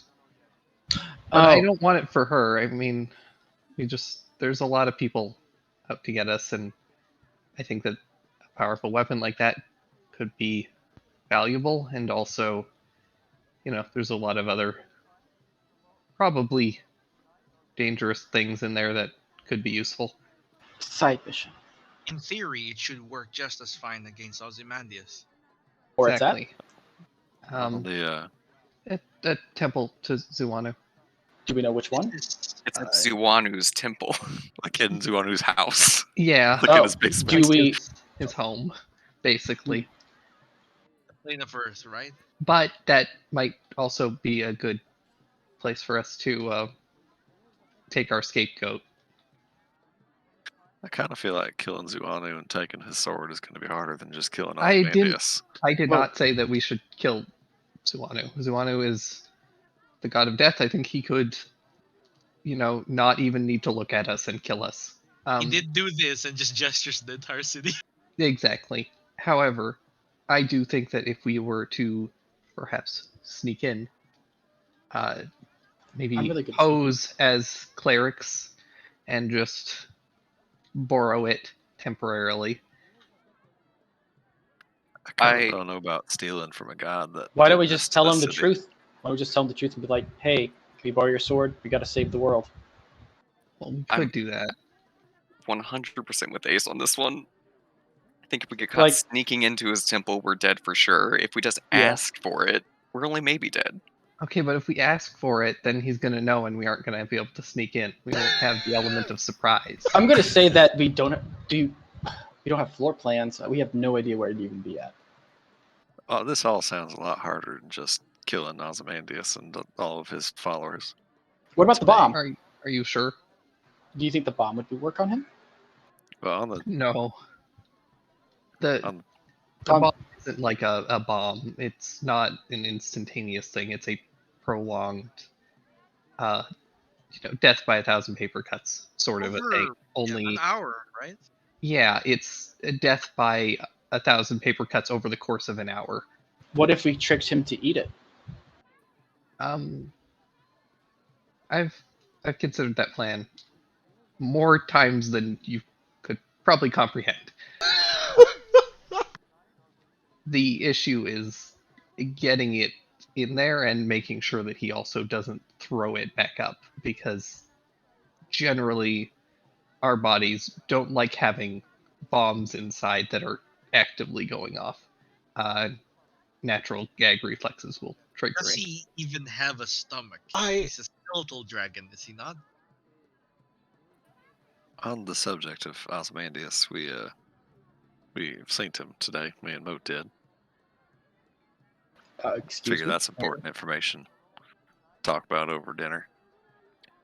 When we went to go get Moat's folks, Nomad used magic to take us there, and somehow Ozymandias pulled me and Moat out of it for a little bit. We was just floating around in space, and he came to us and told us, well, are Moat's folks like still in the room?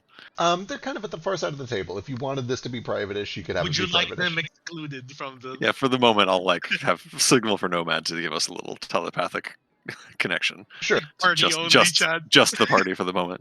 Flick, Just the union. do you allow that, Flick? Oh, sorry, what was it? You notice that they all switch into a conference call. Do you want in? Ring, ring. Sure. Cool. Okay. I won't do it every time, but because it's new and novel, I figured I'd ask. Yep. He told us that if he asked me and Moat to work with him, help him kill the Raiju and the Ryu Jin, and also kill Vasudeva. And he said that if we did that, Wait, what? Because you're the locust, remember? He needs the elementals all killed.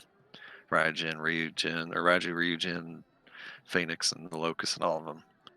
He said if we killed them too and killed you, he would help us to take out Anton and the slavers, and also would not kill Moat's family. Which, needless to say, we told him fuck off. We can do all that shit by ourselves. But Not the Fine. killing me pot, though, right? yeah, killing Well- you and also say. I thought I'd just do that for fun. Is that okay? So that's what happened to us, and then Well, after a few seconds, we ended up in Bell or Brom Rose, and everything went just fine from there. it wasn't just you. Heal. I had a dream with him in it the other day too. He didn't ask me to kill any of you. It was just he wanted me to kill my patron. The way I see it, if he's talking to you and talking to us, trying to get us to agree to turn on each other and help him, that's the sort of thing you don't do to your enemies until you're desperate. Right. Hey, Feck. Yes. Does the mask unlock because I helped Flick decide not to betray? Possibly. Let me go take a look. Yeah. So earlier, Neo and I were talking about that, and when you brought up that mask, I'm like, I'm not going to say anything. I'm going to wait. He also Persuade someone to resist the temptation of betrayal. mentioned that the Order was trying to like destroy all magic, which makes me think that the Order probably knows more than they're letting on. And if we really do want to try to get that god-killing sword, I mean, they're gonna have more information on it than we have. Well, I'm starting to wonder is how much of what anything we've been told is the truth. Like, who's to say that the Order is also not doing something bad, while simultaneously he's doing something bad? But they also, you know what I'm saying? Good and bad's not black and white. Everybody can be a dick. Well, yeah, but I'm saying if we want to get that sword so it's in our hands instead of the bad hands. Oh yeah, that for sure. But I meant more like, I guess, how much do we trust the Order? Well, they sent me off to die, so I'm a little conflicted. Yeah, that's Understandably. I'm glad you came to see it that way, Mode, because a couple weeks ago you seemed pretty alright with that order of I'm affairs. I'm still mulling it over. They were just, I don't know. I don't I'd mean like to that get some lightly. answers. Yeah, no, I agree. I think Renner's got some explaining to do, and putting that lightly.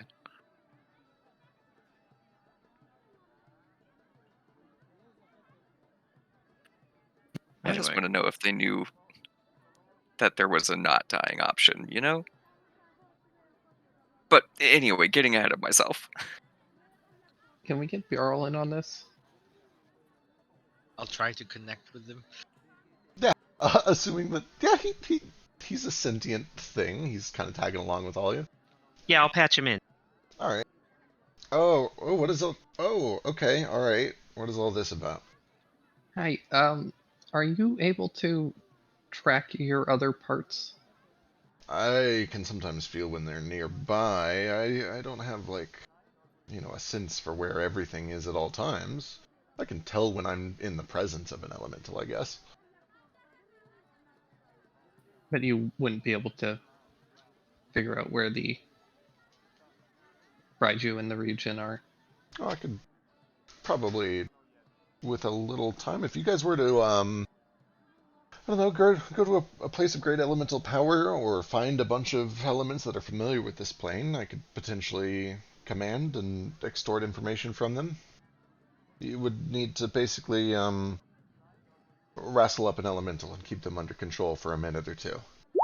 But it's doable. All right.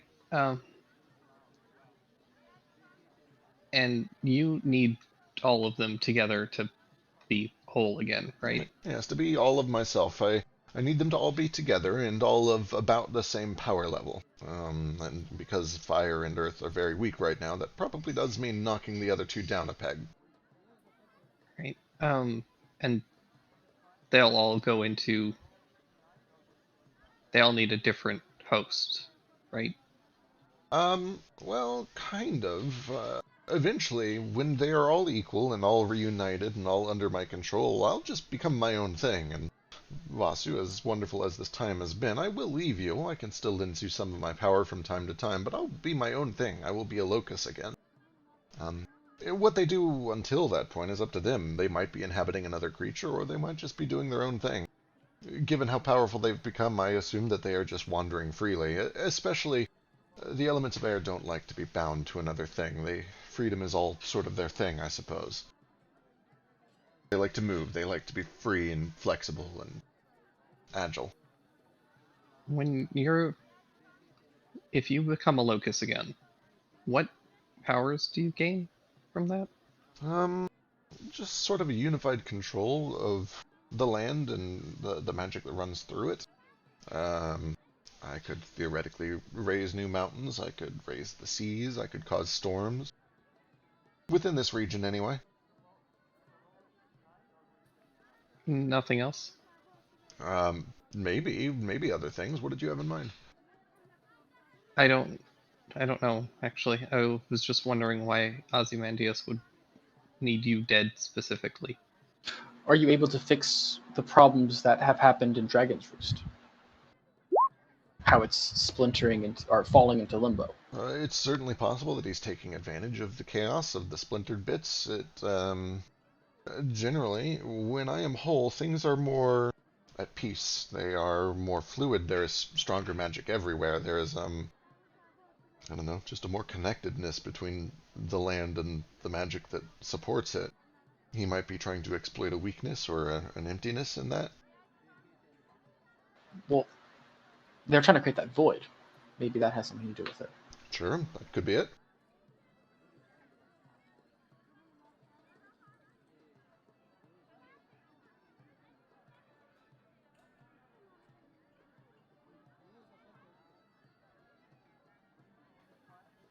Could I do an Arcana check real quick to see if a spell exists? Sure.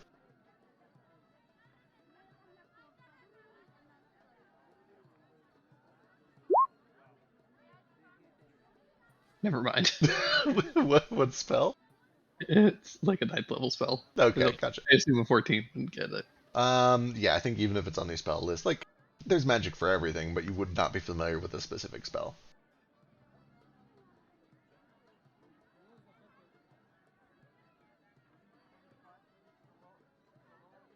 It does make me think twice about killing the Ryujin and the Raiju and Ryujin. But we don't need to kill them, we just need to weaken them so that we can get them back in balance, right? Well, that's what the Order wants, and if the Order actually wants to get rid of magic by somehow killing the Locust once we form it, then perhaps before we do anything with them, we should find out more information about the Order. The Order wants to kill magic by doing what? I think Ozzy said they were trying to get the Locust to reform so that they could kill the Locust. That's what it sounded. I would just split that. We'd be back where we started. We'd be back where we are right now. I wouldn't kill magic. It would just put us right back here. Do you think perhaps the Order is made by idiots? Complete, utter buffoons. Absolute twits and morons. I think the Order's probably playing a game that maybe even Ozzy hasn't got onto yet. Sorry, I have 1 mana. Yeah, I'm saying you sound hungry. You're not yourself when you're hungry. They Eat don't a know what person. they're talking about. Eat a person.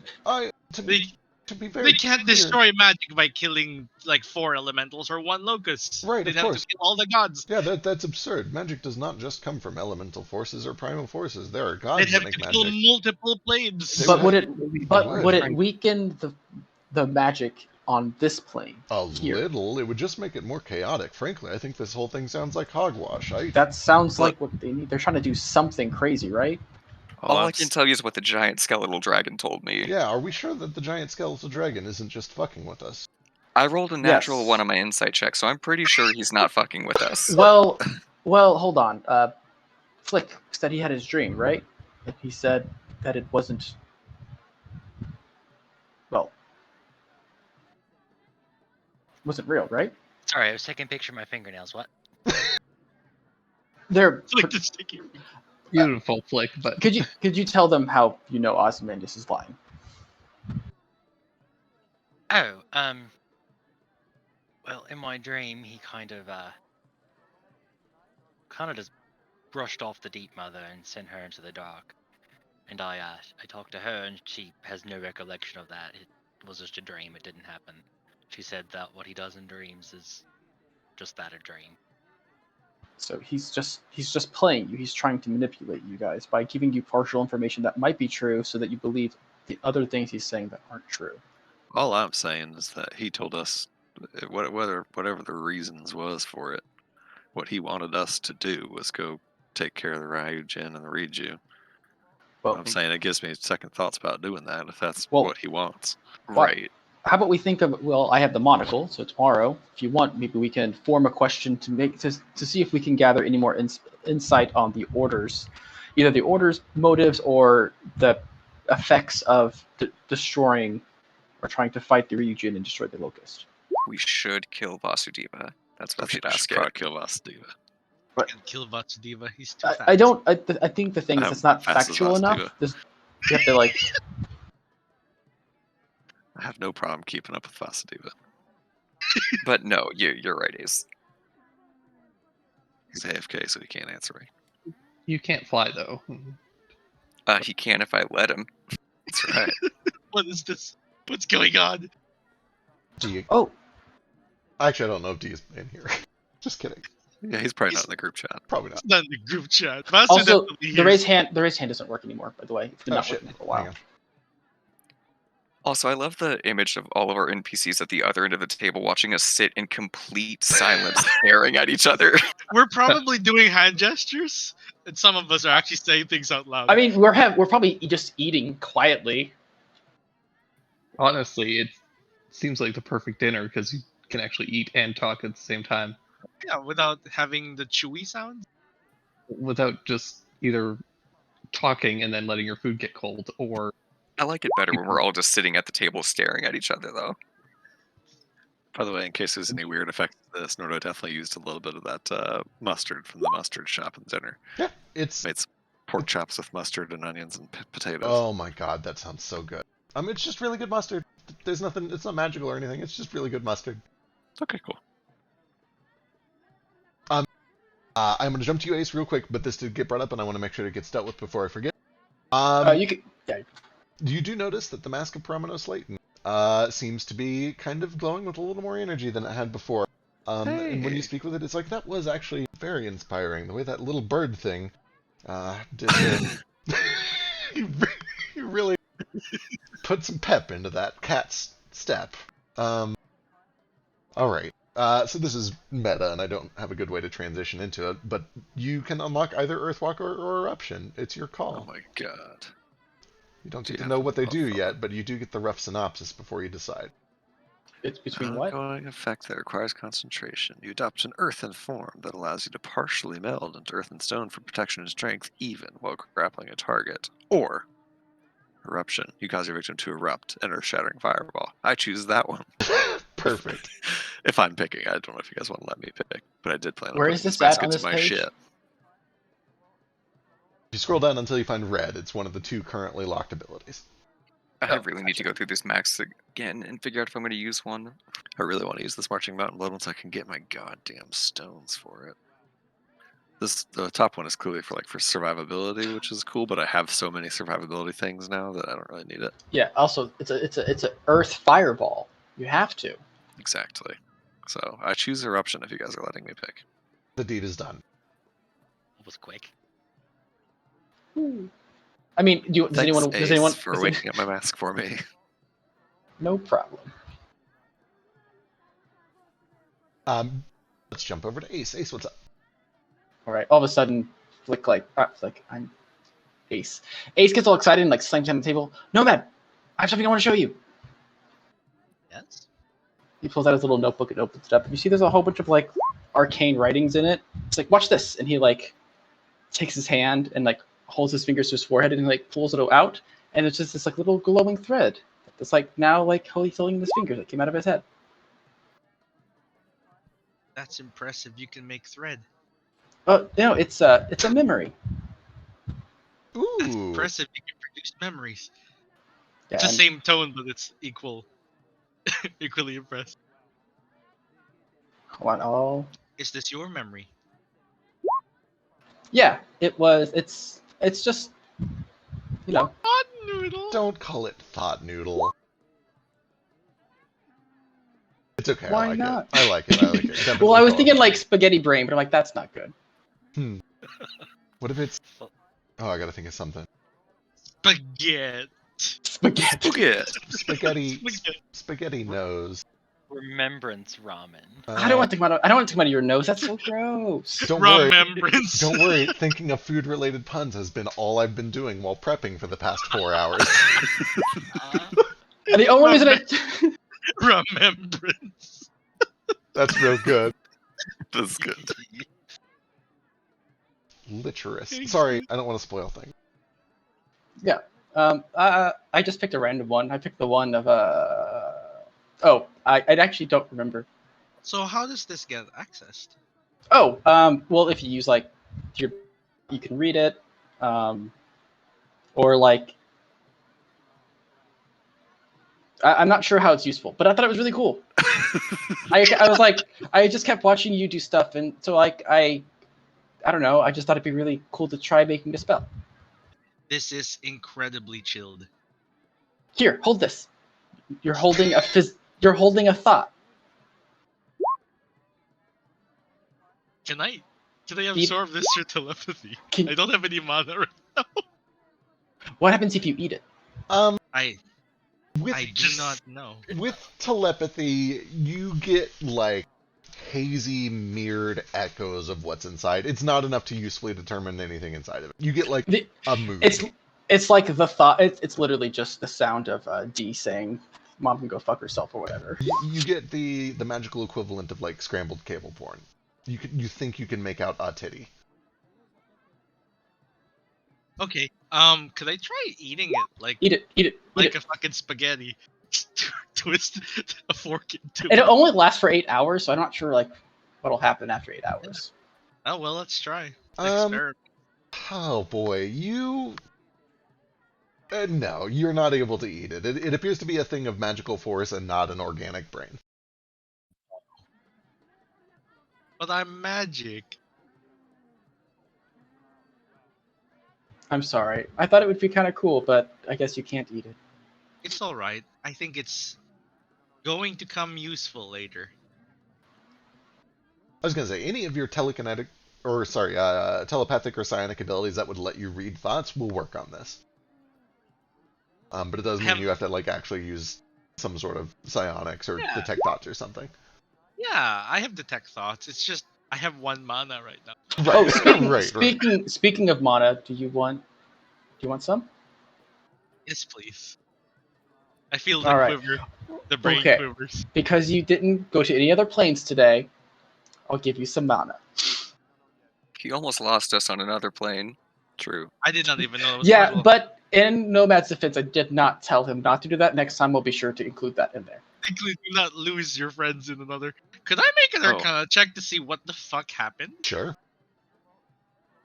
The other thing I should mention while he's doing that is Ozymandias said that he mentioned Leah and said that he couldn't do anything about her because she was out of his grasp, thanks to us, which kind of showed his hand a little bit because it means whatever we're doing to protect Leah is working. So if we can do that to protect everybody else. Unless Yeah. that's a lie too, and we get everybody in the same spot for him. I guess that's true. That's something that we could easily ask the monocle. We just put everyone. Yeah, or we can stuff the entire world into a 10 by 10 square room. Also, where's Uno? Uno is at the other end of the table, eating. Okay. Yep. With a 27 in Arcana, you would be aware that it's no commonplace magic. It's no normal spell, nothing that, your average wizard is going to know how to do. But you would know that, there's lots of weird magic in the world. You would know, for instance, that there are a lot of aberrant creatures that Mind Flayers use, who can, for instance, tap into an existing detect thoughts or an existing telekinetics, or not telekinetics, like Aurari's telepathic bond. There are creatures that can take magic that does exist and kind of weasel their way into it. And it felt a little bit like that. It felt like something kind of weaseled into the opportunity that was there and kind of played with it for a moment and wasn't able to really wrestle control all the way around, but was able to kind of slip in through the cracks, take advantage of it. For the teleport? For the teleport, it seemed.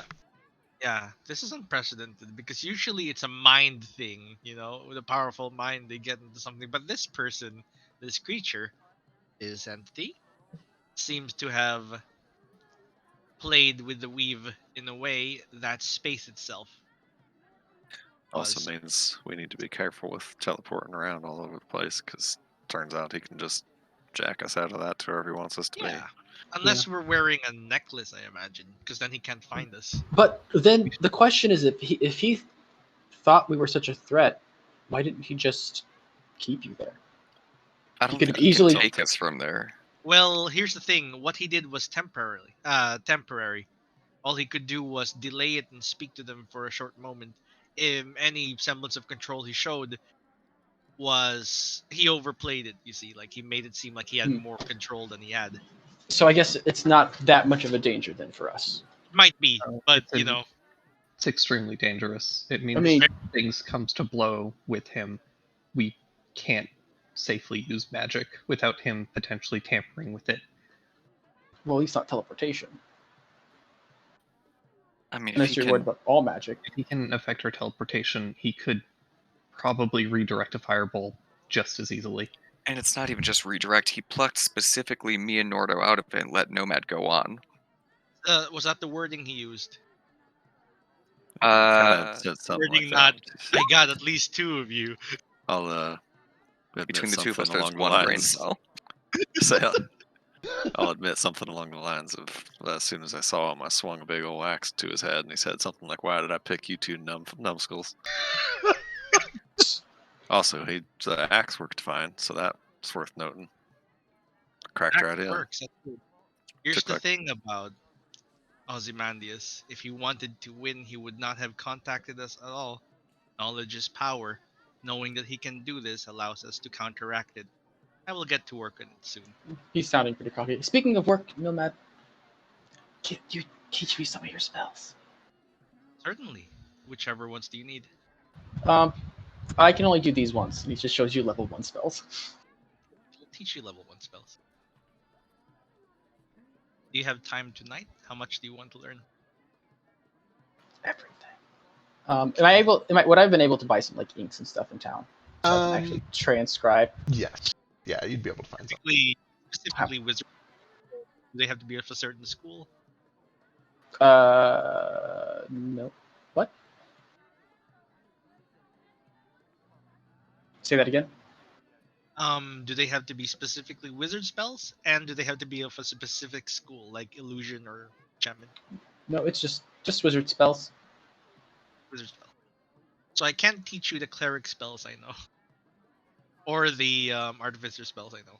Unless they're also wizard spells. Yes. Sure. Oh, right. Let me take over that. I think it's maxed. I think it's like 28, something like that. 20. It's only 28 for some of the dragon items because they have a +1. That's right. Yeah, 27. 27. Does Elise have 2 3C 2V redstone she could give me instead of this useless graystone? She sure That's worth doesn't. 4 times as much. Nope, sure doesn't. Are the stones they gave us good stones? They're incredibly good stones. Okay, you just made What's it sound gray like they for weren't. again? Like they're supposed to- For weapons. Oh, yeah, specifically for weapons. They can be used for other things, but gray is usually associated with weapons and armor. Now that we're at the end of this campaign, I should really figure out how the stones work. Yeah. It's kind of optional. Yeah. You can always just say, I want thing, and I'll tell you what stones go in it, or how Okay. much it costs if you want to simplify it even more. And then you make Ace, Gale, or I work on it for you. Yeah, I have reliable talent, so it's always going to be at least okay. I think like 24 is the lowest I can roll with it. Yeah. Pretty good. Alright, any other plans for tonight after dinner? It's getting real late. It's a late dinner to begin with. It's like 10:30, 11. A lot of folks are starting to get ready for bed. I will make a point of after we like get done having our little powwow about what we're gonna do.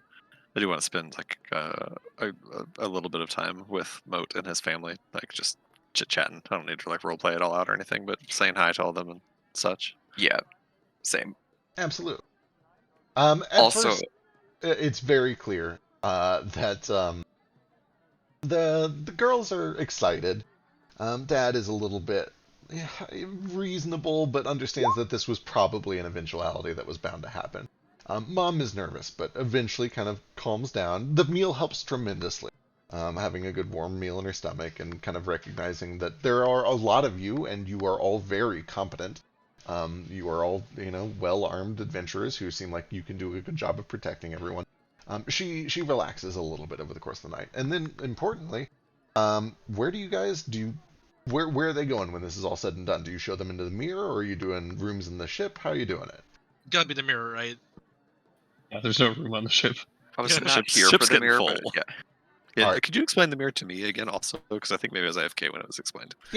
So basically, the mirror can be installed anywhere on the ship, and I believe it's already been done. And if I had to guess, it's probably installed inside of the private sanctum so that there's like maximum protection. In the treasure room, I believe. Into the vault, which has even better. it doesn't have private sanctum, but it's guarded with a bunch of other locks and Yes. warding rune and a bunch of other stuff. So Then yeah, as you guys all kind of like gather up and get ready to check out this cool new mirror, Elise is pretty excited about it. She's like, "Oh my goodness, you're gonna love this. This is so much fun." And she kind of walks through, and the first thing that she does is this very boring process, where she has you gather up everyone that you want to be able to enter this mirror into the safe space, and does a very short, like 10-second ritual where they have to put their hand on it, they have to open their eyes and look into the mirror, kind of an identification thing to determine who can get in there without needing the special key to override. Can we repeat this later, or is this like a one-time thing? It is a permanent thing. Once you're attuned to it, you can go in and out as you please. Can we add more people? Is what I mean. You can, yes. And that is the next thing that happens is she holds up this key and she says, "Who wants to hold on to it?" And I say key, it's actually a like magical stone with a ring of runes around it. Whoever holds onto this can A, get in and out all the time without needing a password or anything. B, can add or remove people to it. And C, can uninstall it without causing damage to the mirror. So whoever holds onto this is kind of like the guardian of this realm and should be very careful not to lose this key. So who is going to hold on to that for my own knowledge? I kind of want to, but I feel like Gale might. But So also, should go like to Gale. meta at the same time. Gale does sketchy things sometimes. I feel pretty strongly that it should go to Gale. I think it should go to the person with the highest perception. That's a good point. That would it should be go to Noda. Toto. No, Or Ace has Toto, more yeah. perception than me. It's me. I have a I have a pat. Toto. It should go to Toto. Who can't That's be surprised. perfect. He can't be surprised. But he could be pickpocketed. He can, can't yeah. be There's a difference pickpocketed. between surprised and like pickpocketed. Can you pickpocket him though if it's just like bolted behind a metal plate in like a compartment though? If I'm not moving, my passive perception is 30. Yeah, Jesus. Because I'm assuming advantage gives you +5, right? Yes. Yeah, it's in 30. Toto's passive is 20. I still kind of feel like bolted into Toto's person is safer than Oh, Ace yeah. carrying it. 100% if you get screwed Put it into it. underneath the fucking mat. That's a Just put it horrible under the idea. mat. God. All What if right. Toto turns evil and kicks everybody out of it? True. Final verdict. I do need to know. He does have that maze eye. I don't know what it does to him, but it does weird There is things. That's a good point. I don't know how much I'd trust Ace with it, but I'm not going to do anything with it. I'm just going to keep track of everyone who's going in and out. I have just what notebooks. somebody who is going to do something with it would say.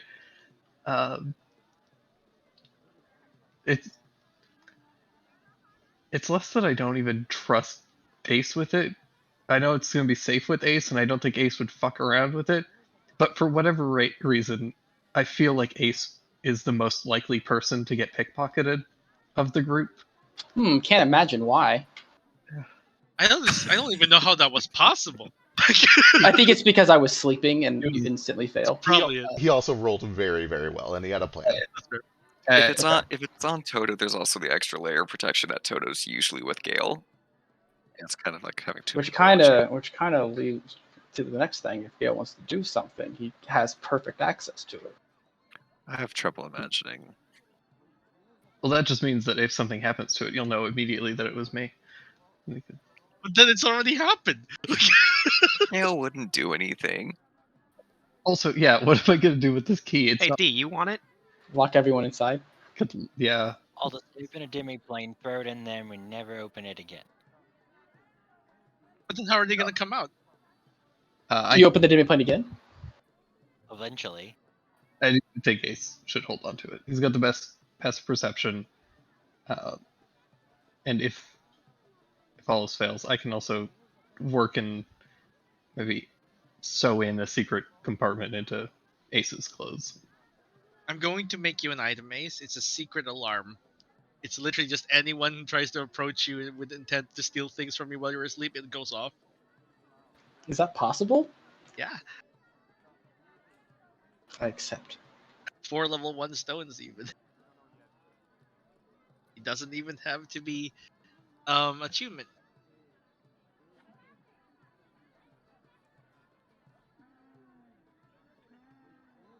So we need the stones, and I don't think we can get them here.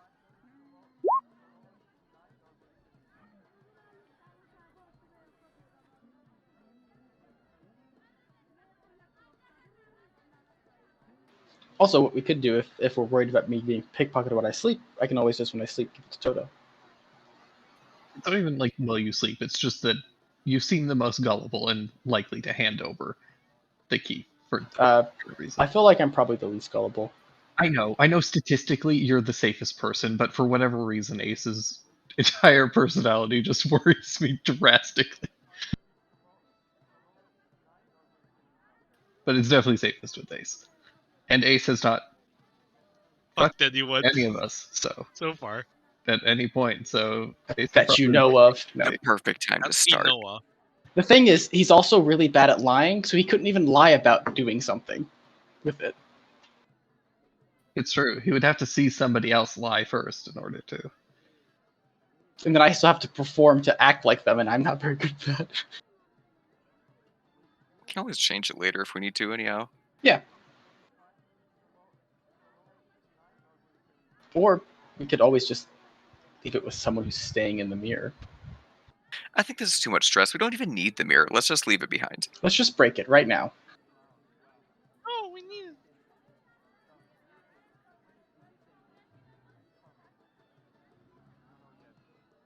How many spells do you have that I can steal? A lot. I'll send them to you in Telegram. I can get a familiar. Yeah. Do you want one? Yes. What kind of familiar do you want? Do you want a nibbler? A cat bat. You want a cat? Yeah, we A have cat bat. Those are available for familiars, right? Cat bats? Absolutely, definitely. So I'm back. True. And yes, so you guys are not married to this decision. This thing doesn't even require attunement, which is part of why I need to know who it's on, because it's very dangerous in the wrong hands. But Yeah. it's Ace's now, for the time being, unless you guys change it. Anyway, Let's give it to Spurgle. after this attunement process, I'm going to assume that you put all of your family, all of the friends that you've invited onto your ship. Does that include the Kuatoa? Mm. Oh, Christ. Is he still here? Yeah, All of, he's, them, like all 10 of of them. them. He's There are a lot of family. them here. Yeah. they're currently my family. I haven't fed Sparkener in like a month. Is she just dead in the corner somewhere? She knows She how knows to how feed to- herself. Yeah. Capable, yeah. She knows how to go to dinner time. Yeah. She's at the table right now. She's just in the corner, a skeleton. She just sat near the food and never was given the plate. She just died. You know what frogs are today with the Kuatoa? Oh my god, how's my cricket? Probably there as well. Is she still alive? She is, and in fact, the Kuatoa seem to really like her and have been keeping her alive. Are they going to turn her into a god? Give me an investigation check. She's already a god.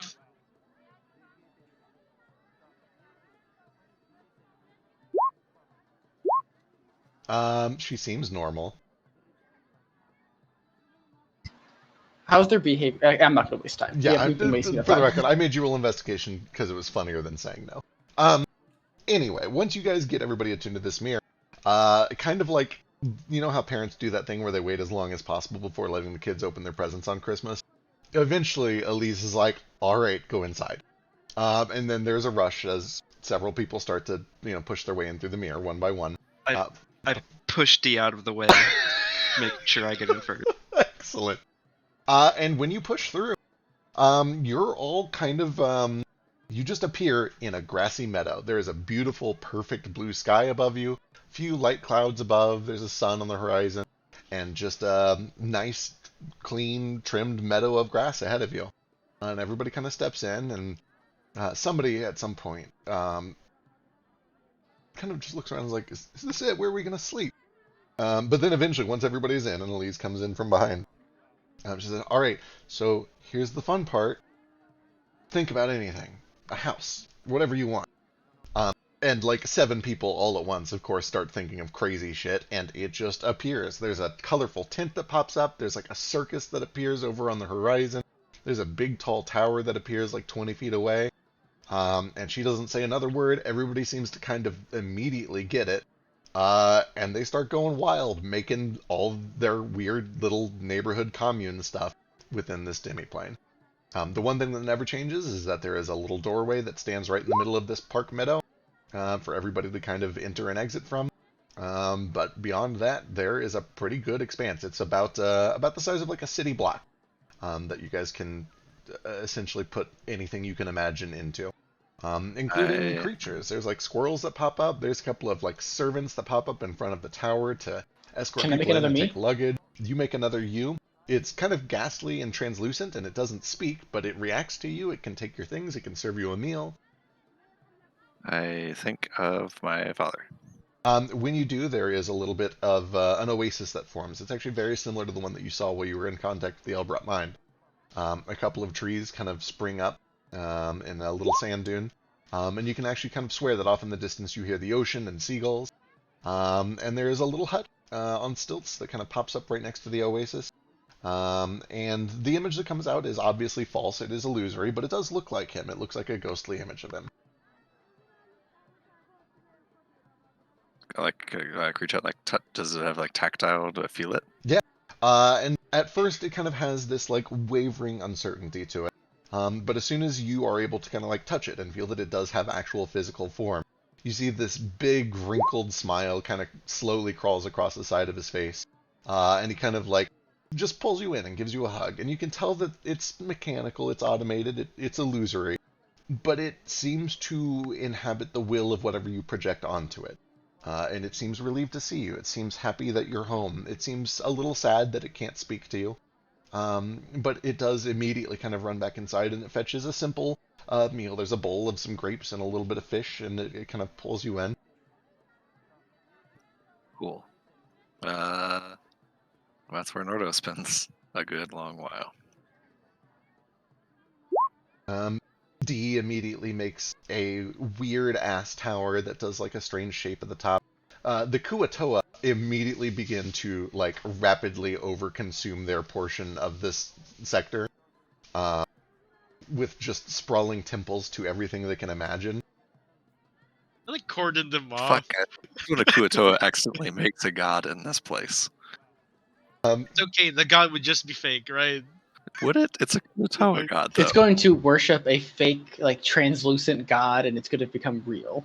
Saying Yeah, they're gonna they make a are all real god. gods, They make them And real. we're gonna come back to check up on him, and we're gonna find out that all of our family were sacrificed by the Kuo-toa to this This fake god. seems like a deeply bad idea to have Yeah. the Kuo-toa in here. I do have one question about this plane. So you said it's like the size of a city block. Like a city block. Does that yeah. mean that it is like if I walk to the furthest right portion, I pop out on the left, or is it like there's like a solid wall that's like keeping it?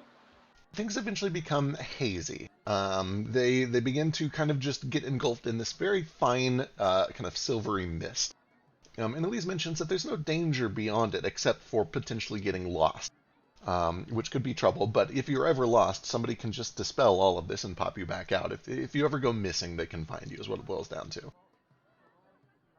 But there is a limit to its reach, and beyond that reach, you cannot see or hear or create anything. She would recommend putting a fence up just for safety. And Nomad is able to kind of corral the Kuo-toa into a reasonable area, and you guys eventually are able to kind of like, they probably actually make a little, like a beachside cliff not too far from where Nordo has set up his home away from home, that leads down into a cave system where they start to build their things down in that cave. That worries me more. Do we have a height limit? It seems to go up as high as you can imagine anyway. I'm going to just imagine the tallest tree I can. Yeah, you imagine the tallest tree that you can, and it just keeps growing and growing and growing until it pierces the cloud, and it eventually just begins to get engulfed in this silvery mist up with the clouds. Perfect. And then a tiny little door pops on it, and it's my house. You did it. I want to place a dirt block underneath my feet, then jump. Place another dirt block underneath my feet, and then jump. And then place another dirt block underneath my feet, and then jump. I don't know if Flick is afraid of heights, but you get as high as you are comfortable getting with this method. Can he Don't die like if he that. falls? Yes, I'm not gonna test it 100%. out. There is fall damage, guys. So they can kill themselves with this domain. They start warning everyone. That actually Don't gives do this. that actually gives me a thought. If you die in here, you die in real life. Can I make like a disc of energy and like levitate on it, Yeah, effectively, yeah. and then I can move it up and down and stuff, so we can actually just Yeah. And like if you start subconsciously thinking of like a magic carpet or something, it appears like that. Or like I was thinking like nest. flying nimbus. Absolutely. You can A build nest. cloud. I don't know, you're a bird, shut up. Flying nest. Nordo, there is a point where another figure walks in and takes a seat next to you. Your mother comes with more food of her own. And she also brings with her just a pair of panpipes. And she seems to kind of wordlessly indicate that although she can't speak, she can play music. And you hear it. It is actual music, and you can all hear that there is just panpipe music coming from inside this little hut next to this little oasis between a couple of palm trees. Yeah, Nordo is like, I won't pain everybody with describing it in excruciating detail, but he's a bit of a mess. I figured as much. Yeah. Maybe mess isn't quite the right word for it. He's in a place. Yep.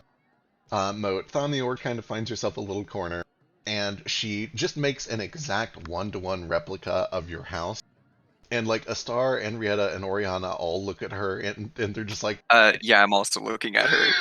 like, really? Like, that's all you're gonna do? Alright, well, I'm adding on a second wing. Alright, yeah, Oriana's like, I'm gonna go add a weird farm in the back. Rieta adds on a wizard tower. Astar adds on the greatest smithy that he's ever seen. And she just kind of like sighs, but after 10 minutes or so, she does make the kitchen very nice. She gives it a fresh coat of paint. She cleans it up real good. It still looks exactly the same, but there's new paint. I'll just walk up to her, give her a little side hug, and be like, it looks good in here. You know, she's eating. She's eating whatever she was in the middle of eating at Bee Apples. It's like, if I didn't finish that meal, I was gonna, like, it was gonna be a problem. I feel a lot They better can now, just make edible food here. though. Absolutely. You can make edible That was my food. next question. Yep. Can Nomad make brains? Oh, god damn it. Hang on. Can Nomad imagine the brain of Ozymandias? The thing is, it only have the memories of what he imagined Asmode is Yeah. having. I imagine. Yeah, but he can imagine what Osmandius knows and learn some things about Nomad. But true. I'll learn Also- about myself. Also, Nomad Ace is going to make you a little laboratory so you can do experiments in the tree. That way you have a bedroom. A laboratory bedroom in your tree? That's excellent. For up to 100 people. A mind flayer is a people, right? Yeah. That's up to you, God. Yeah. That is your choice. You know what, Nomad? Even I don't know. You begin to conjure up the image of a brain, and standing in front of you, just totally mindlessly, just completely like a zombie puppet idiot, like an NPC that has been turned off in a video game, is just this milquetoast, normal human white dude with a delicious looking skull that is very intact and probably has a brain inside. Did you answer this SAT test? He looks down at the SAT test, and he spends 10 or 20 minutes doing your weird written test. There's a math portion and a language portion. And he's able to do all of it, and he gets a very average satisfactory score. I assume that when you eat this guy, it's going to play human music from Rick and Morty. I'm not familiar with it, but Human. yes. Oh my God. You should link it. I will. Can I try to imagine someone but smarter? You can. Understand that I feed on intellect. Yeah. Why don't you just make one of yourself? When you imagine someone a Your little own bit brain. smarter, you get the same Imagine guy, that. but he's got glasses on, and he scores about 10% better on your test. Can I imagine myself? You can, and there's kind of a ghostly version of yourself, and it seems to just kind of look like a replica of you. It scores about as well on the test as the guy with glasses on. A cheap copy. It is a cheap copy, and you're aware that it's a cheap copy. I'm gonna see if I can crash the server by thinking about 1,000 watermelons all spawning from the same point. There is an eruption of watermelons that rain down, narrowly missing people. Thankfully, he didn't in a safe place, and just begins splattering everywhere on the ground. That must have been Vasu. All right, D. I don't know about you, but I don't want to watch Nomad eat either or both of these guys. You want to go make the coolest thing we can think of before Mom and Dad get here and make us tone it down, because you know they will. A pirate ship with a sword. You know, like he has legs and arms and muscles, like it. You know, like a. That's terrifying. No, it's awesome. it's You cool. should do that. It's cool. And then Flick can commandeer it. Imagine if, like, there were a bunch of these pirate ships, right? But they had arms and legs, and they fought with swords, and there was one guy at the helm that had to control all of it. And then there would be battles between these living pirate ships. Okay, you know what? Fuck you. What do you want to make? A battle You know royale. what? You've intrigued me. Imagine. All right, and he does it. Is he making Gundams? Kind of, but Ship they're pirate Gundams. ships, yeah. So he makes I some weird want to- pirate ship Gundam. Flick, go for Does it. he get on it? Does he get on it? Oh, absolutely. And you know what? Okay. It I'm gonna kind of follow worked. him. I'm gonna pick him up and throw him off of it and commandeer his ship. Give me an athletics check.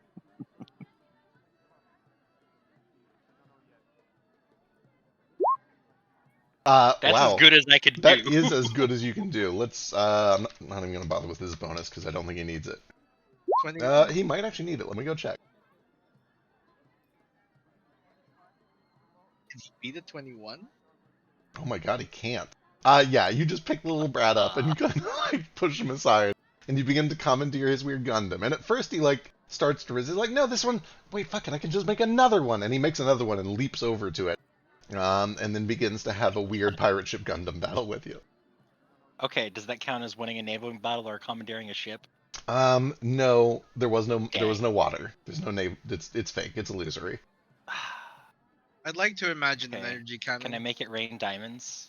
Yes, and they glitter and glisten with all of the splendor of Okay. a million Jupiters. That sounds Can really I make- painful. I said, do they hurt?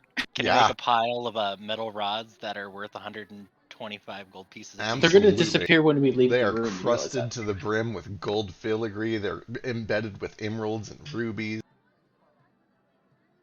Cool, I can cast plane shift from in here and go anywhere I want. Can certainly try. Can I make an energy cannon? Yes. I would like to shoot myself with it. All right, you shoot yourself with it. Give me an intelligence saving throw. It's a psychic thing.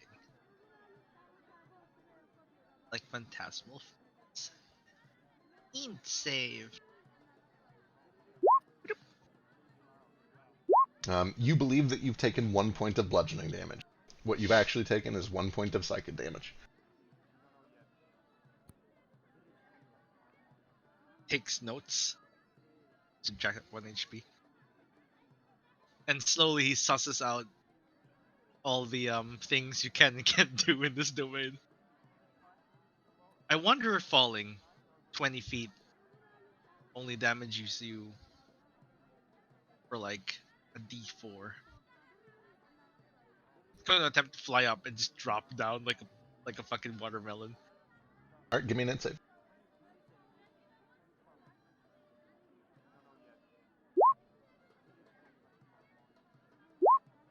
You believe you've taken 1 point of fall damage. You're able to quickly suss out that anything that happens here, the most it can do is a little bit of psychic damage. Yeah, I fell this much. I only took this much. The minimum damage I should have taken is this. So it's not much at all. Okay. Anyone fall? Vasu imagines 500 a world feet? without math. Oh boy. World without- Yeah. Everything evolves into fractals and Yeah, there's some weird shit happening over on Vasu's side. It's kind of Oh, like the drug Guys, I scene think I made a chunk error. from every 70s hippie movie. Hey, Stop trying to break the system before you get banned by the admin. hey, this is actually something we can use useful. Does anyone, like, if anyone needs Nomad to see what someone looks like, we could just make them appear. What do we know that Osmandius looks like? Like, we've only seen bits and pieces of him, right? Oh, well, he looks like this. Yeah, and sure enough, right in the middle, this skeletal vision that you guys have seen. A few of you have seen it in Dream or in teleportation shenanigans, and all of you have seen a vision of it back in the Roost. And you see the same thing. It is a partially translucent, clearly illusory, almost like a hologram or a projection of a skeletal draconic figure.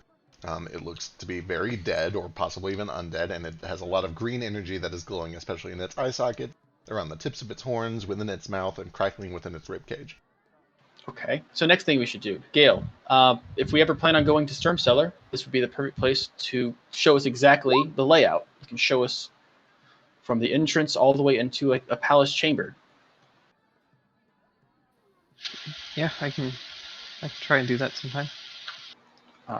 And I guess that was just an example, but if we ever need to plan a battle, an attack, we can always imagine the place and get a good lay of the land if we know what it's like. Does Leah know what the Wandering Sun looks like? Does she have a layout?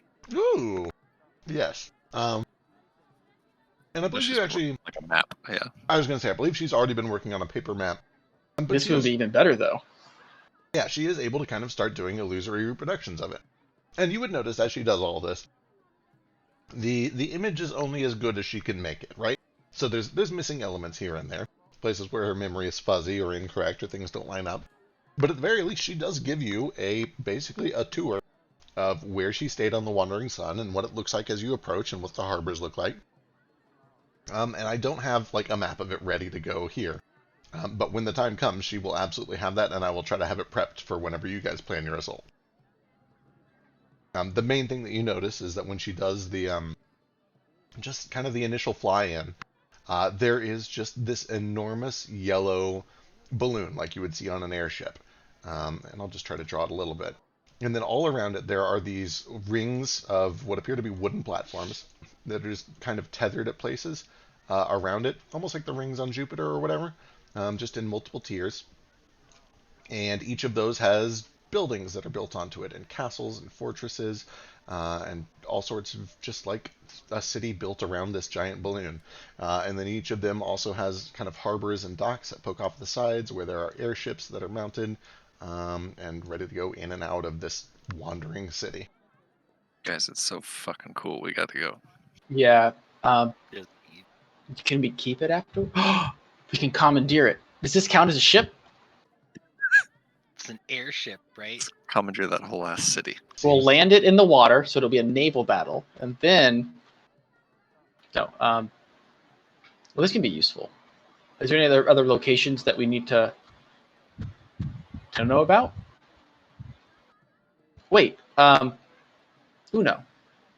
She could share information this way, maybe. She kind of comes in and she starts to play around. And you notice when you start looking at to find Uno, there's a very ominous, like, fuck, we've all played World of Warcraft. You know the weird crypt that you go down into to fight the Headless Horseman every Halloween? It's that I shit. sure do. Yeah, she has built herself a spooky crypt that you crawl down into. And there are God. ominous red candles and skulls and bones littering everywhere. And it leads down into like a spooky library where she's got books all along the walls. All of her servants are skeletal. And she's just kind of made herself a spooky little crypt to sleep in and work in or whatever. You do notice that inside of all of her books, like she is making books and then like opening them and rifling through the pages and then throwing them away disappointed. And you can see on several of these books that are scattered on the ground, instead of words, it's all just pictures and symbols.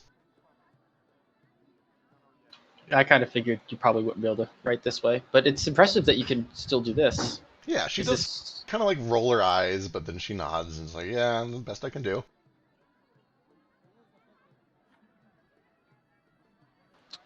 Is this your home, or is this something that you would like to be your home? She gives like a, sort of kind of close. It's a little different. Are you usually just alone with your undead? Yeah, she walks over to one of these skeletons and motions for it to like stoop down, and she puts a big arm wing around it and she gives it a hug. The skeleton is not like a kinku or anything. It's just like a random skeleton. This one looks like probably lizard folk, but there's a variety. It's predominantly human or at least humanoid, but there is a little bit of a variety. Give me an investigation check, actually.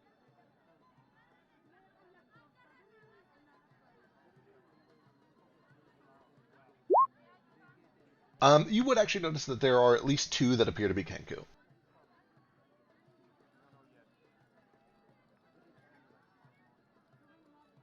Know these people? Yeah, she is going to take a little time to draw a picture, and because you have Nordo here, and because we don't want to spend too long playing Pictionary, she draws a picture that seems to indicate that she had two siblings, and she points to two of these Kenku skeletons. Is that sweet or creepy? I can't tell. Yes. They're not using their bodies. I mean, you realize in here you could just make them look like what they usually look like when they're alive. Unless that's too much. I'm sorry. For a moment, she gets this look that is clearly distressed. She's not quite sure how to express it, but then she eventually decides it's best to just try it so that you can see for yourself. She starts to shape very carefully these skeletons back into living Kenku. And as she does, you can tell that as the flesh is forming around them, there is disease, there is necrosis, there is flaming green fire that burns around their wounds. And eventually she just gets kind of too distressed with it and she wipes it clean. And she tries again to build it, and for a moment this one looks healthy, but then it creeps and seeps back in. And then she waves it again and she just leaves it as a skeleton. I assume that it's too difficult to think of them alive. Yeah, she nods.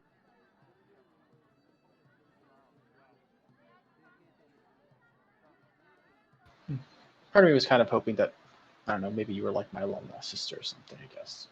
She shrugs. We're like make a map of here, I guess, and I point to the island where I'm from. I'm from here. Lots of tall trees. Small temple too. The temple was to Corlin, right? Yeah, you had a temple to Corlin. An actual temple to Corlin, which isn't too common. She takes a look on the map and she points not too far away, just a little bit to the west. And I'll pull it up when it gets there.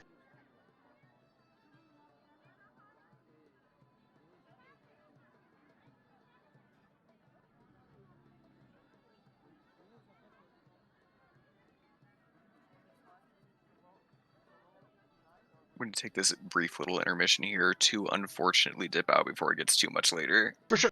Have a good night. Good night. We'll probably Thank wrap up you. fairly soonish.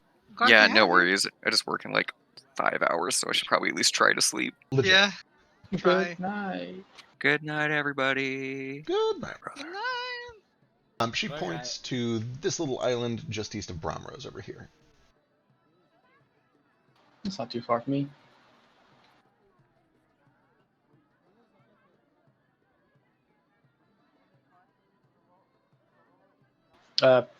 Who were your parents? She shrugged. When you say that your siblings, were they like blood siblings or just like She nods. ones that you She thinks so. same age? Yes. Roughly.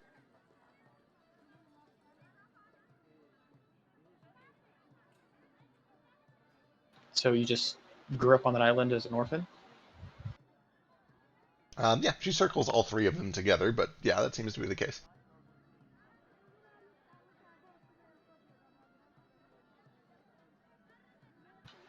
I grew up alone. I didn't really have my parents around. She draws two Kenku side by side and draws a circle around both of them.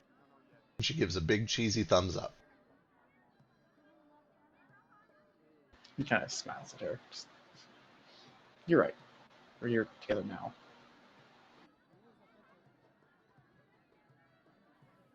Okay.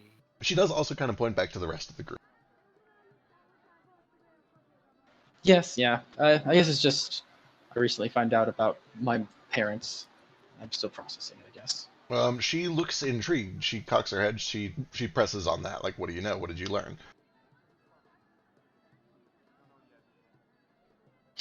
Well, my mom died when I was born, I guess. I guess I killed her during the birth, I guess. That's what everyone in town told me. I was cursed. Though I think I might have met her. Some weird afterlife thing. And then I found out that my dad is Joker. She does kind of a quick drawing of a kobold with one red eye and one black eye. It seems to match what you would expect from Joker. Yeah. I mean, I do realize that telling this probably isn't, I don't know, especially since your job was to find our allies. I'm not sure where you're standing on that anymore.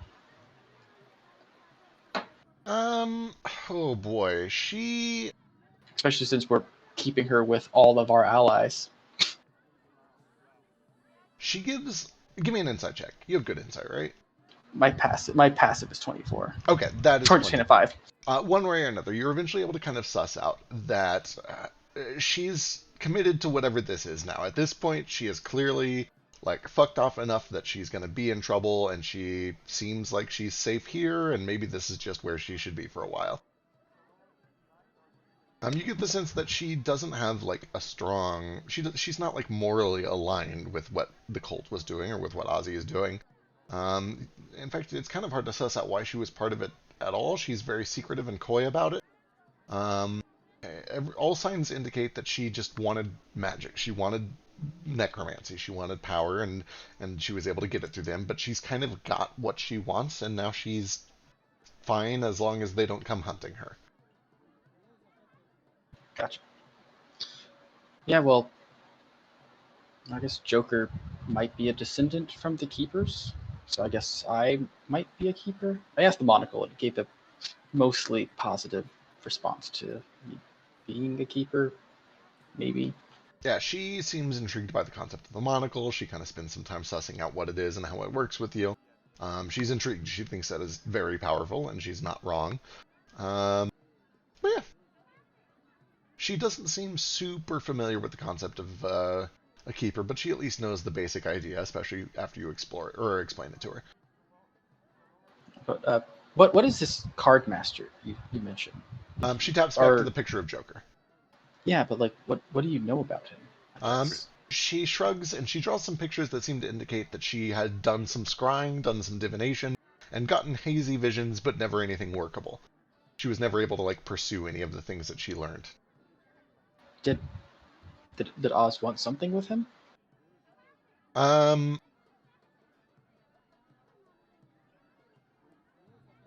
What would he know? Hang on, double checking.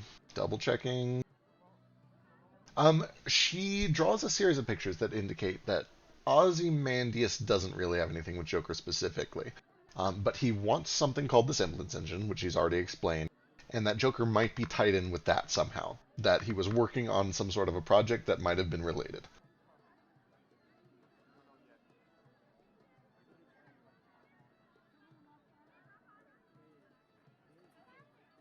Okay. So obviously we can make anything here.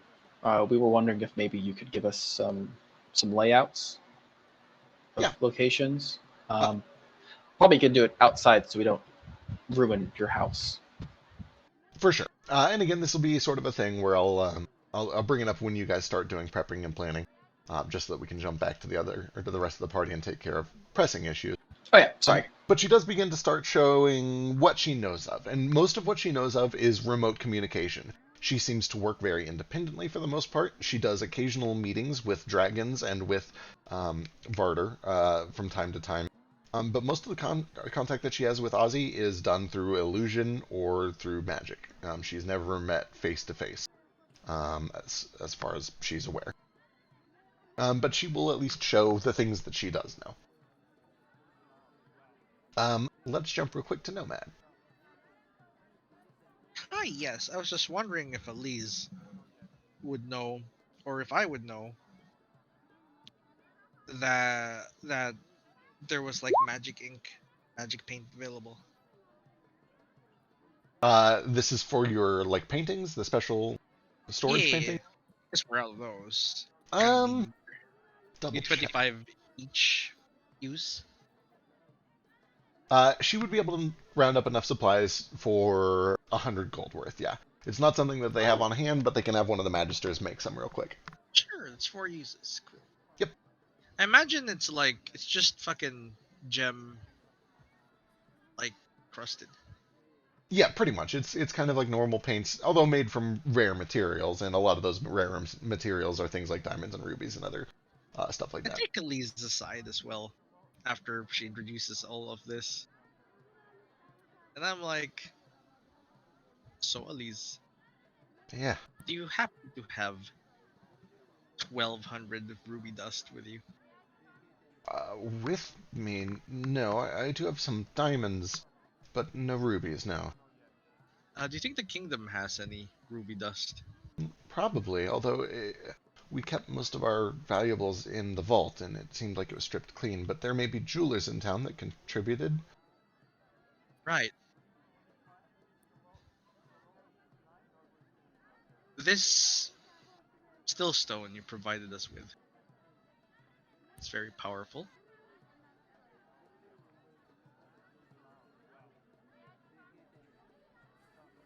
And it's not exactly what I'm looking for.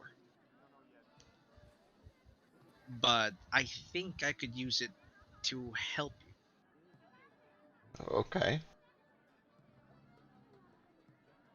I need 1,500 of ruby. I can try to round it up. Is this for the city? What are you going to do with it? If you wish to come with us, I could make you a simulacrum. This is a copy of you. I see. Well. And with this still stone, perhaps I can use it as a material component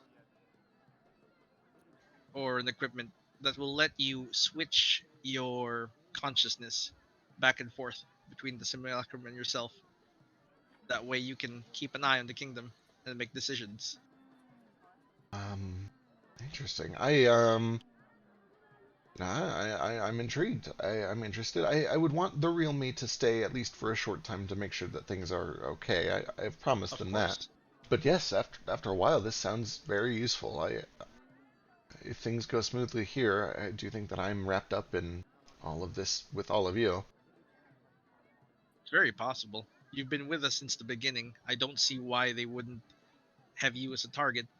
You being here might actually put some strain on the kingdom. It could, They're yes. targeting, yes, because they're targeting people who matter to us.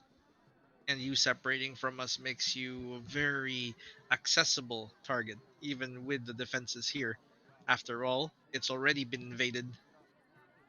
Why not a second time or a third? Right, right, yes. No, this is a good idea. I like it.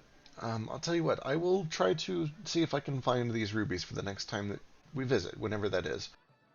That I way will we... hold on to this stillstone for now, though I might use it to make a spell instead. I thought to bring this up to you, Of just in course. case. You do whatever you think is best with it. It is yours. Don't feel like you need to use it on me. I want to. I feel. I want you to remain with us. Selfish as that is. Yeah, So just I fine. want you to be responsible. Right. I think we will find a balance. I wish to skew the balance. It is overrated. I would not tell no. Although I think he is starting to have wonders too. Mode is wonderful and competent and intelligent in his own way. The Order is not to be trusted.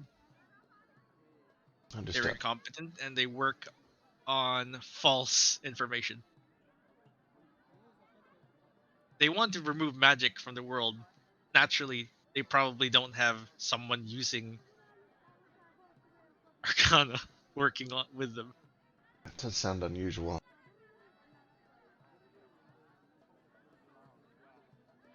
They should hire a consultant. Well, maybe you should offer your services. See if you can reform them. We'll see. It worked here. This felt very nice. I know that in Salt Bowl you were very frustrated that you couldn't make a big change, and I think that this is a start. Maybe Salt Bowl will be soon. You know the adage, two birds with one stone. I don't. What does it mean? It is when,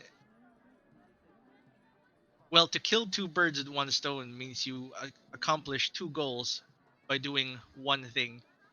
And Oh, by defeating Mr. White, he is the stone. The birds are the cities. I see. Two dead birds. Or live ones, in this case. I am Okay. not good with metaphors. Yes, I'm not good with city names. I don't think I'd want to live in one dead bird. But Mirage will recover. We'll stick with Next, that. maybe Salt Ball will, if they're still dehydrated, Yeah. we should probably go there fast. Well, I don't want to keep you up. I know that they will have fun in here for a long time. I remember the first time I was allowed in one of these mirrors, I must have spent a month in it. But I know that you all have business to do. Just let me know if anything goes wrong with the mirror or if you need my help. Is the Emerald Company still here? I've They haven't seen left, have they? a few of them, yes. I've been keeping some of the ones that stayed behind on close watch. Prisoners? Yes. Have you decided what you're going to do with Mr. White? They want to kill him, and frankly, I think I kind of do too. I think killing him would be the most efficient use of him. His body will provide resources for us that far outweighs what he can provide for us physically because we cannot trust him. But I trust my companions. If they have a plan for him, then we will keep him. All right. I will keep him locked up until I hear a decision from all of you. Of course. I hope everyone comes to a consensus soon. I will be here for a while. I will be helping with the restoration process. I hear you need artificers. Yeah. All right. Let's jump real quick to Nordo. Oh, what did I have my hand raised for? Oh, Leah's in here, right? Yes. Okay, cool. I'll just kind of gesture to her over to Norda's little corner of this mirror space that he's taken up, like making like a short little ocean that goes into the horizon where the edges of this space turn kind of hazy. Yep. He's got his little beach and his little seaside hut, and his mom's out there playing music, and him and his dad are sitting fishing. Yeah. He just brings Leah over. Yeah, she is Just like wanna- naturally drawn to it. You want to fish for a bit? She, for a moment, has trouble to almost take it all in. But eventually, and with hardly a word, says, yeah, yes. Yeah, can we? Yeah.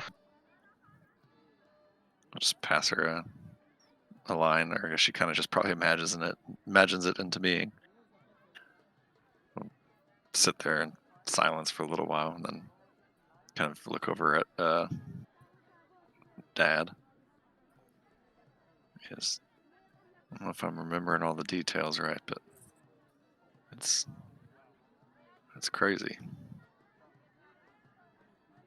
She kind of looks at it and says, it's pretty close, I think. And she kind of just does actually wave her hand a little bit. And there are a few small tweaks. She adds kind of a scar to the lower jaw that you don't quite remember. And she makes a couple changes to the hut behind it. Things that were probably either around before you were, or things that she remembers that you didn't. But she says it is very close to what I do remember. I didn't think I would see any of it again. I would like to see the real thing. Me too. It's frankly all I want. I don't want to fight no more dragons or no more slavers or anything. Just want to go back home, but I suppose we can't really do that yet. For a long time, I think that's all I wanted to, is to just go back to how it was.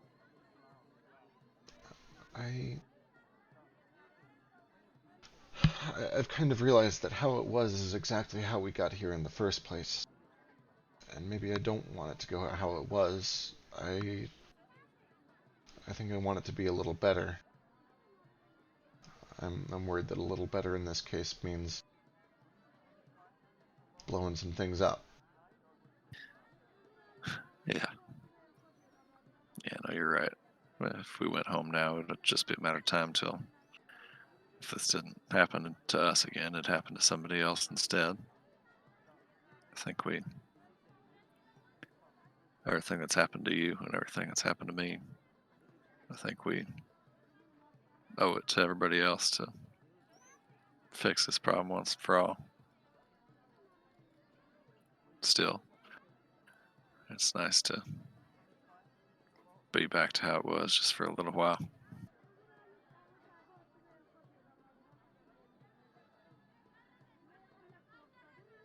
Where do you think they really are?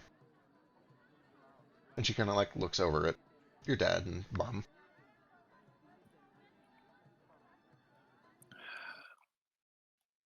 I don't know. I never even, before meeting all these people and doing all we've done, I never even thought about what happens after someone dies.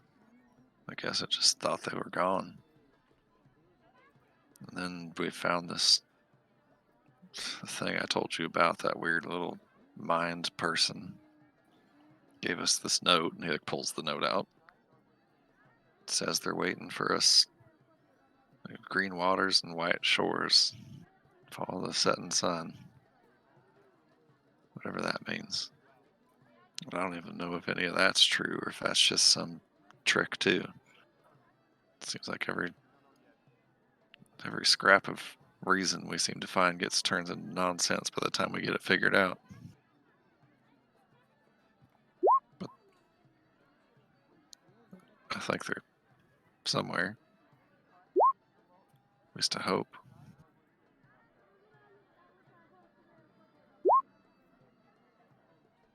Part of me does, and part of me doesn't know what I'm gonna tell him. What they would think. But, I guess it'll all be on water under the bridge eventually. I never knew either of them to stay angry long. It'll be good to get back to normal. Maybe we can set things a little more right before I have to think about coming up with a story for them anyway.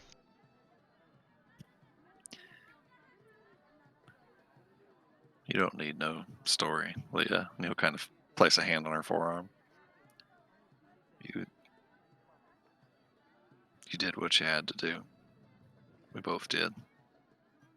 Looking back on it now, there's 100 things I wish I would have done different, but he kind of looks over at Dad. He'd just be glad to see you alive. I don't think he'd worry too much about how we got there.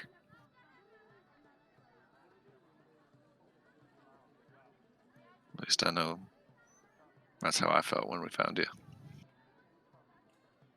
She nods and is momentarily interrupted as there is a tug on the fishing line and she has to reel one in, and you have high enough insight to realize that she made the fucking fish and she made the distraction and she's she's weaseling her way out of this. She doesn't know how to respond.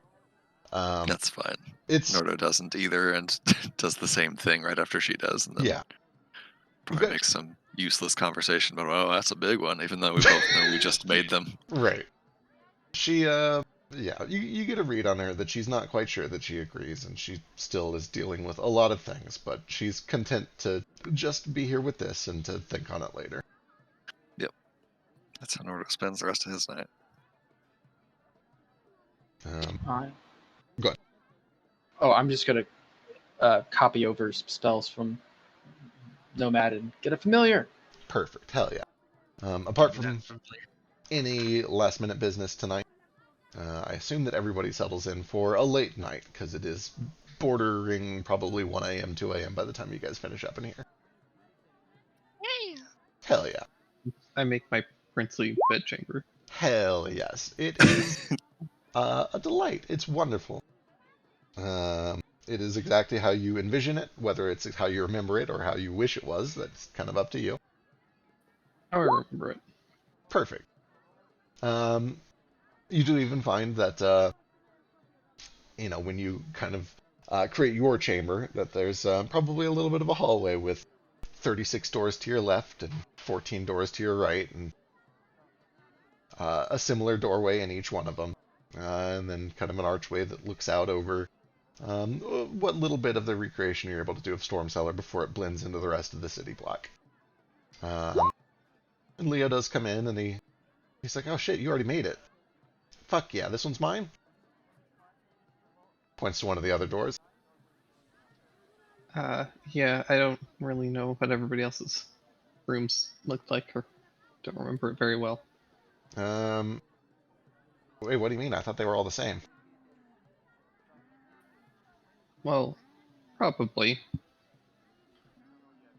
Wait, did you, do stuff in yours? Did you decorate? Well, I had, books and stuff. Oh, shit. Did you not have anything? He kind of, slowly pushes his door open, and it has a bed and a drawer, like a fresh hotel room that has never been used or slept in. And there's, an empty bookshelf and a drawer with, 5 pairs of nearly identical clothes. It's like, I don't know. I always felt like I was sleeping in someone else's room. I didn't want to get it dirty or anything. Well, here, why don't you sleep in my room? Okay.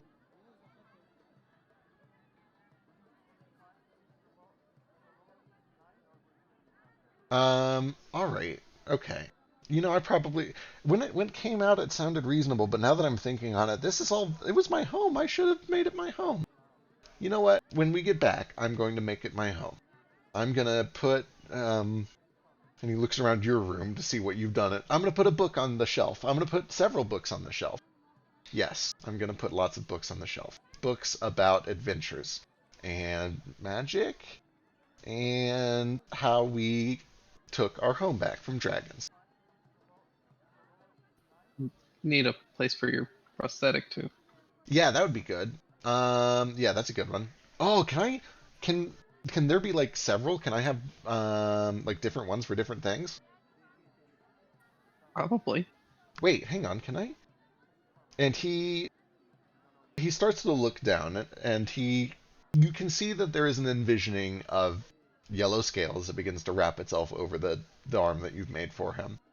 And it doesn't go well. It does not react the way that he is expecting it to react, and it kind of makes a bit of a weird mess as it sloughs off, but then he just imagines it away. It was worth a shot. Not that this isn't great, of course, but well, you know. Yeah, I know. I take it if you could get it back, you'd get it back. Not mine, but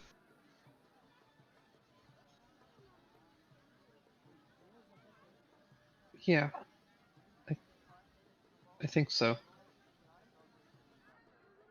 well, Is it weird that it scares me a little to get it back? by the sound of it, no, that sounds incredibly rational. It sounds like they did it over and over, right? I wouldn't want that Mhm. more. Um, I don't want to make empty promises because I think that's a terrible way to lead, but I think that it would be very nice if we could find a way to actually get them back for good and without hurting. Um, I'm no mage, I'm no sorcerer, I'm certainly not as smart as you are, but if there's anything I can do to make it happen, I'll do it. I think they should be able to do it for you. Well, then it'll be tit for tat.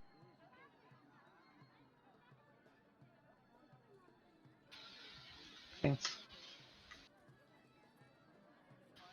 Um, I should probably get some sleep. Right. Yep, probably a good idea. Enjoy the room, or make your own. Have fun with it. Sure. Wait, are you? Oh, right. Yeah. Okay, yeah, that makes sense. Okay. Good night. And I'm gonna go and sleep on the ship. Okay. Excellent. He just kind of curls up around the engine and kind of turns it on. There's a soft hum, and it kind of just gives off a little bit of warmth, not a ton. But more than anything else, it is just this sign of artificial life and presence that makes you feel like you're not in too cold or static of an area. Does anyone else have anything for the night, or is that the last of it? Okay. Time for short rest. Yes. As the short rest is going before we leave, Gale. Gale, your dreams are interrupted by a very, very vivid one. And it's similar to the ones that have been described before.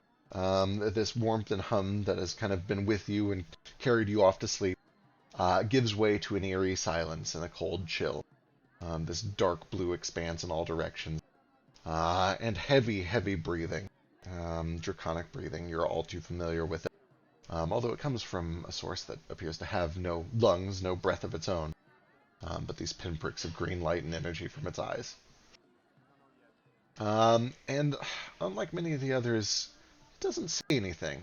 It looks at you, it is aware that you are there, and if you see it, it seems to know that you are awake and that you can see it. But it just kind of... He stares down at you and watches with this menacing stillness, like he could lurch to life at any moment and snap his jaws shut around you, but he doesn't. He just watches.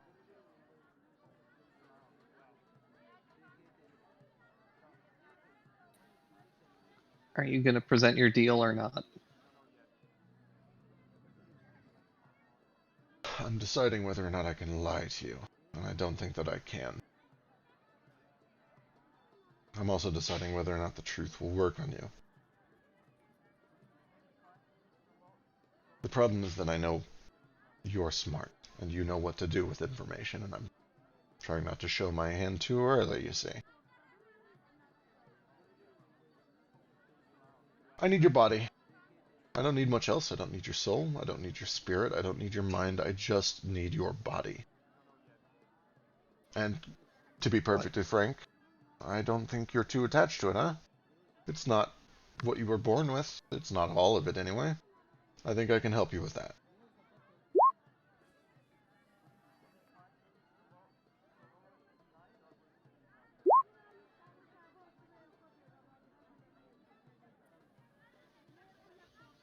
What do you need my body for? The same thing that my idiot son does, but with less incompetence, and less torture for that matter. Brutal, brutal, honestly. Just, I can't imagine why he would torture someone as sweet. No, I'm not gonna. I'll cut the shit. He's fucked up, and I think I can do better. I think that he's already done more than enough to get what we need out of you, and the fact that he let you go right at the peak of ripeness is his failure. That also means that he doesn't need the city, and I don't need him to have the city. Your people could be free, for all I care, or at least alive, or whatever state they'll be in when his whatever he's got wears off. Who knows? Maybe it'll infect their lungs, but you'll at least have your home back, right? It's something. What I'm getting at is that I don't need my son, and my son doesn't need your city, and I can help you get it all back. I can snap my fingers, call him off, he disappears, you walk in unchallenged. A hero to your people, a deal maker, a negotiator, a politician. And in a fresh new body, one that could walk, dance, fly, see through two eyes. There's a machine at the bottom of the ocean, and it is missing a part that is being held by somebody I believe you know. Bring the two together, rebuild this thing, and bring it to me. I will use that machine to put you into a better body, and then I will call off Ozydirith.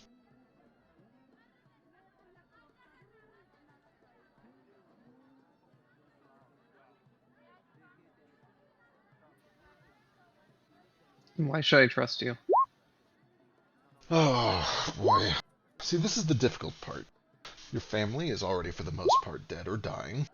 They're already under my control. I can do no more to them than my son has already done to you. You have no reason to believe that I am not lying to you, and I have no way to prove to you that I'm telling the truth. I have just given you information for free. I don't know. Maybe you can look into my eyes and see my good-natured spirit. I don't have any way to convince you that our goals are not mutually exclusive other than to say that they're not. I need the engine, and I don't care if you use it once before you give it to me. Alright, what's this part? Who has it? And what does the machine do? If I'm going to fix it, I need to know what it does. There was, some time ago, during the last few hundred years, we'll say, there was a machine built by a very intelligent, bizarre inventor that could move spirits, move souls from one place to another, one body to another, one body to a machine, one machine to a body. He called it the Semblance Engine. It has since been dismantled for reasons outside of his control, and then the majority of it was sunk into the bottom of the ocean with the inventor, as far as I can tell. The part that survived on the surface was a heart, which, if I understand correctly, made its way through Saltbowl for a short time, but I'm not sure what happened to it after that. That is where the trail goes cold. But I do know that you and your friends were there at about the same time, so I suspect that you might. Put the heart back into the semblance engine. I use the engine with you to move your soul into whatever body you want. I don't give a shit. A robot, another kobold, one of the gang members, it really doesn't matter to me. I don't give a shit. And then I take the engine and do whatever I'm going to do with it, which is frankly none of your concern. But I'll give you a hint. I'm going to move a soul from one body into another body. Yeah, your body isn't looking so hot. It's not, although I am a little fan of this, and he kind of looks down at this hand. Evil necromancer thing that I've got going on. Not what I pictured at first, but it does have a certain mystique to it. What did your son need my body for?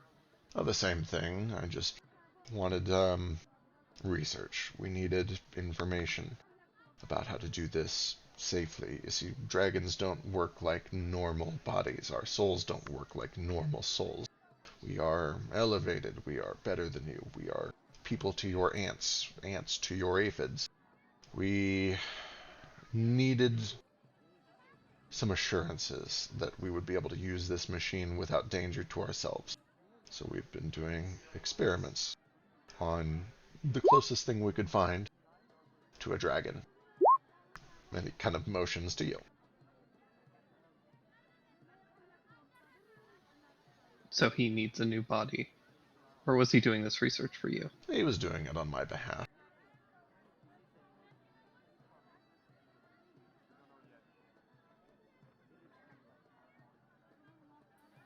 Alright. I'll think about it. That's all I ask. I don't have any way to threaten you, and I have no pressing issue that I can put a time limit on you. I'm just, I'm always here, you know, to get in touch with me. Right. If we do this, I want your son's body. He doesn't have the fleshy lips to form a smile. But if he did, and he would, and you can almost read it across his skeletal face, that is... Oh, poetic. Poetic. I like it. I like it a lot. That seems fitting for the betrayal that he has done to me, the incompetence. You'd make a good dragon. You'd make a delightful dragon. You will have to deal with the stones in the body. That is not something that I can undo, but frankly, I think you've had a lifetime to get used to that. And I think that he's handled it better than you have. No offense, but he does still have wings.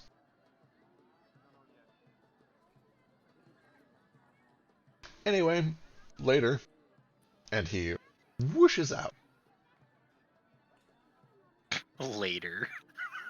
That was pretty saucy. He was This just guy like, is- "You can't. You didn't have wings anymore." That was rude. It was a real jab to what I thought was a real good demand, but I love Ozymandias so much. I love his give no fucks attitude. He's the best. Okay, Lates. it was a good villain. Also, that's a hell of a deal. You should definitely take it. Yeah, unsurprisingly, it turns out I'm going to be the traitor. Who would have Like thought? thought about it. Oh, gee. Only the one who said A shouldn't have the key. Ace does have the key, for the record. Both out of character and in character, I do think Ace is the most appropriate to have it. Apart from that, there's a short rest. Everybody wakes up in the morning. Nobody's dead. Also, I don't think he presented much new information that really affected this, but I do kind of have a theory now. I think we already knew the heart was underwater. Did we know? Or the engine was underwater? From Munao? I don't know if we knew that or not. Okay, then I can't Jack, make I have a question. Yes. If that key is magical, if I swallow the key and then turn into water, would the key fall out of my body because I can't bring it with me because it's equipment? Yeah. Or would it turn to water temporarily too? No, if I understand correctly, your power lets you and any non-magical items you're carrying temporarily turn. Actually, it might only just be your body. It might not even be non-magical items. But they would all turn to water, and then magical items would fall through that water and escape. So since it's a key, it would fall through though. Yes. I mean, since it's a magic item, it would fall through. Right. A shit Well, guys, I have have the best hide key trick. It is worth mentioning. I keep calling it a key, but as I've explained, this thing is like the size of a softball. It would be difficult to swallow. I'm sure he can do it. He can cast enlarge on me, make me big, then I can swallow it, and then it'll be in me. Why are we doing that? So, what if someone tries to steal it from me? What are they gonna do? Stab me and take it out of my stomach? Yeah. Yes. That's literally something. Why would anyone expect that it's in my stomach to begin with? Because they saw you eat a softball-sized item. Well, that's why we do it when no one's looking. The damage to your digestive Don't tract. question how big my mouth will go, Nomad. Not your mouth, your intestines. Don't question how big my intestines can go, Nomad. I've performed enough dissections to know this will end in tears. Okay, actually, let me see how big is a softball. I think I'm thinking baseball. Softball's like a big grapefruit. Yeah. A big Just whole whatever. grapefruit. You would die fast if you ate that and then shrink. Unless it shrank with you. So if you ate it while enlarged and then you were reduced to your normal size, I don't know if like things that you ate while enlarged also reduce with you. Well, they weren't That's- affected by the magic. The magic Oh. just stops working for you. Softballs have a circumference of 12 inches. Never mind, that's a lot bigger than I was expecting it to What I be. was trying to say. Do not swallow. They're really big. Circumference. It's not that bad. Okay, a baseball's like half that size. That's what I was thinking of. The difference between a softball and a baseball is like the difference between a golf ball and a Crushing baseball. from size I- changes. I have gotten more mileage out of this ruling than any other ruling I've ever made as a DM. Where's the nearest city I can sell all this shit I made? We're still in Mirage, aren't we? Yeah. It's mostly like armor and weapons, right? Made of dragon bone specifically and dragon leather. We have like sails, which I don't think we're gonna sell because those are like extra. They will definitely need to requisition at least some of that. Elise will buy some. How much stock do you have? You have the list of it because you rolled. I rolled. do. Let's see. It's over in the Nomad channel.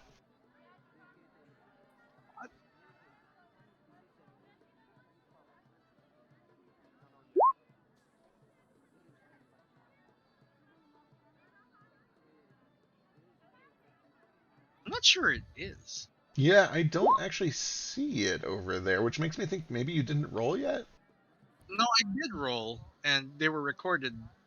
And I sent you a thing asking what I could make. I just don't think you've like Okay. decided. We will look You between can do sessions. that some other Yeah, we'll do it between sessions. But for the record, yes, Elise will buy at least some of it off of you now. And then the next closest city where they would be sellable would be like either Salt Bowl or Gyara up to the northeast or Valdolance to the southwest. Is Gyara full of money? Gyara is both a populated city, a city with magic, and also a city that needs a lot of weapons and armor because they are at constant war with the undead. I figured. I'm gonna sell some to Elise at like not a boosted price. Sure. But like, I'll hold the rest for Gyara if we're going there. Perfect. I just need money to make spells and other Absolutely. stuff. I'll make a note that she bought some, and we'll try to figure out exactly how much you have between sessions. Sure. With that out of the way, though, what is the plan? I know that there was some discussion about where you guys were headed next. The top two votes were either heading over to Salt Salt Bowl to check it out, or heading to Yeah, Treasure to Pineland. plunder Mr. White shit. So I think We just- at our glacial pace, I think probably like Salt Bowl and then Eisenmar is going to take us a while. So Excellent. Yeah. That means I have time to recover mana and stop being insane for a bit. All right, then perfect. Assuming that you guys take off today, there are no issues on the flight over. It's a fairly short hop, honestly. In fact, I think you get there by the afternoon. Let me double check real quick. Would it be today? I thought we were sleeping here for a while. Do you guys want to leave it there? Or do you guys want to spend a couple more days in Mirage? It's up to you. I think we should get moving. Yeah, we have long ways travel. I just do some work before we leave, I guess. Just some tinkering. All right, excellent. Pretending. It's only about 75 miles, so it honestly is only like a few hours travel, even in I didn't realize they were that close. next per 8-hour shift. They were always this close to 36. Mirage. We never got here until recently. Yeah, it's pretty close. You say it's like real close, isn't it? Just right across the way. Yeah, it's about a hex and a half. So even like in the tornado, like actually much of the wind. Yeah, kind of a miserable trip, but all the same, you get there by sundown. And as the sun is setting over kind of the glimmering salt flats of Ajubiata, you find the familiar tower right before the recess down into the crater where Unmirage is built. And when you arrive, everything appears to be pretty normal. You're not really sure. The only thing that is unusual is that there is a lower than normal presence of Emerald Company ships. And in fact, when you arrive, yeah, you would actually notice that there are at some of the major intersections, there are gang members of the various gangs in different territories that are running little water lines of their own. And most of them are kind of accompanied by at least 1 or 2 members of the Emerald Company. But it seems that they've just been doing a more widespread water distribution.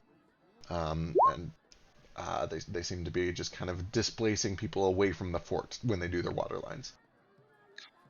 Great. They probably plundered the vault too. Right. Real quick, what happened to Mr. White? Did we decide to kill him? Bring him along? Oh yeah, we should decide that before we leave. Yeah, the city. probably Very decide that important. before you leave. I personally leave that to Gale. I think we just kill him, but if Gale wants to keep him alive and has plans for him, then I acquiesce to that. Yeah, my vote is kill him and get all information that we need from talking to his corpse. But like, if Gale has a plan for him, we'll keep. But also, dragon bodies are very. We don't really need a dragon ally anymore now that Gale's going to be a dragon anyway. We don't know that. We don't know his plans.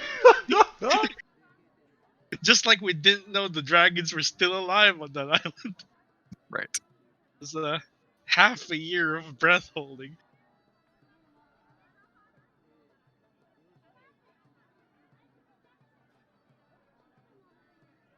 But yeah, what's the plan there?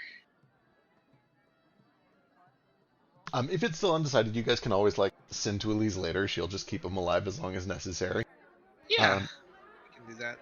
So it's up to y'all. I will assume for the timing that he is alive and restrained until you guys give the kill order. We can try and discuss it next session when everyone's here. Cool. Probably a good idea. Yeah, when everyone's not super sleepy. I'm gonna close my eyes for 20 minutes and then go to work. I was going to say, it is about time to wrap up. However, I will mention that as you guys kind of make your way into town and begin to kind of just settle in and try to get a bearing for things, let me get an investigation check from whoever's interested in like learning the situation regarding getting into Mr. White's place. Sure. Because that is like the main reason you guys are here, I believe, is to go try to get into Mr. White's palace. Yeah. Can I help Ace do this actually? Absolutely. Ace will I'll make one separate, I guess. I think Ace is way better at investigation and thieves tools than I am, so I might. Just Yeah, defer he has to him. advantage in everything, so we'll just leave it to Ace. Yeah, this is kind of also just preliminary casing. It's not so much like you're sneaking in right now. It's just you're trying to get a read on the situation. Here's mine. Ace is probably way better. But that's a natural 18. That is really good though. 29. I'm gonna chase the rabbit because I'm interested in how low mine's gonna be. You have a negative? There it is. Hey. Yeah, you don't have a negative. No, Flick doesn't have any negatives except for his strength, but the only only thing he has negative to is athletics and unskilled strength checks. Oh, I guess that is the only thing that strength uses anyway, huh? All right. Well, this works out really, really well. In fact, this works out perfectly. as you guys are doing a little bit of initial just information gathering to try to figure out what the town knows, what they don't know, Can I make roll too? I was in the bathroom. Yes, go for it. There you are. Sorry, I didn't say anything. It's okay. You were in the bathroom. 31. Excellent. Told you. Between the two of you, you're able to piece together very quickly that the Salt Bowl is first of all aware that something weird happened in Unmirage. They're aware that Mr. White and a bunch of the Emerald Company went over there, and they're aware that they've been gone longer than expected. And there are a lot of rumors and buzz that were kind of spawned by the orcs over in this camp who have magic and divination that, like, something happened to Mr. White and maybe there's trouble afoot. They've been able to kind of just do some basic piecing together that, like, uh-oh, the Emerald Company might be in trouble, or the Whitewater Gang might be in trouble, or there might be some things afoot. And as soon as that blood hit the water, the gangs went nuts. They're all vying for power, they're all trying to win public opinion. Not necessarily trying to be violent, except against the Whitewater Gang. You learn very quickly that basically every member of the Whitewater Gang, from the top down, has been just gang executed over the past 48 hours. All of the gangs kind of grouped up for a moment and said, hey, they're weak, let's do this shit, Mr. White's out, let's cut out one of the competitors, and there has been blood on the streets for about 48 hours at night. Damn it, his vault! With that said, however, the Emerald Company is still in order, and they are quickly trying to distance themselves from the Whitewater Gang and from Mr. White. They have retreated to the palace, they have prevented people from coming directly to Waterfort to get their water, and they are working with the gangs to distribute water on the streets, away from the fort. And they are bribing them to do that with water and with money. And they're all kind of compliant to all of that. You would also learn that there is to be... there are two meetings happening at the same time. There's first of all going to be an official government public meeting down at the Mayor's Circle, way over on the western side of town, but nobody actually gives a shit about that because the government doesn't run this town. On the same night, at the fort, at Mr. White's fort, there is going to be a masquerade of sorts, more of kind of like a gambling speakeasy, let's get together, play cards, and figure out who's going to rule this shit. To take what this new slice of the pie that has opened up and figure out how to divvy it up against or amongst all the gangs that remain in the city. It is happening in 2 nights on Saturday night. And everybody is basically, all these gangs are going to show up. They're going to talk and drink and play cards and try to figure out what they're going to do with the city. It's going to be a big hubbub. Should Start we a go? gang? I mean, we are a gang, remember? We Remember when are Grandma... a gang. You guys remember when Grandma locked the door for Vasu? It's real good. We're a gang. We're the union. Can she be like the Godfather? She can run the gang. We're get her assassinated. The last thing that we're going to be able to piece together with a 29 and a 31, and I do apologize for speeding through it, but it might affect your planning over the week, so I want to make sure I get it out before we wrap up, is when you eventually make your way back to the Crosswinds bar, you find that they have a new employee who introduces himself as Topiki and says that he happens to have a whole bunch of Falcone gang seals that you could potentially use if you wanted to. He said, I had to murder some people, but that's okay because I'm Topiki. Oh my god! So, He's back. if you want, there is now an empty warehouse up in the commercial district with a bunch of Falcone drugs. I don't do drugs because, well, I'm Topiki. But if you want to do drugs, there are drugs there. And also, they left behind several of their seals and also this cane, which I think is supposed to be a symbol of power. But I don't really know much about that. I'm Topiki. Topiki currently a gang boss? I think he murdered a gang. I don't want Yeah, to gang. be a gang boss because that is too much responsibility for me. So if one of you could take this cane, I'm worried about being assassinated on the streets, and I don't do well with being murdered because I'm Topiki, and Topiki likes to be alive. I feel like This- Flick should have it. I feel like it's very Flick. Yes, here it is. It's all you. It's yours now. It's not mine. Actually, Hey guys, I'm congratulations. not the mob boss. I'm Topiki.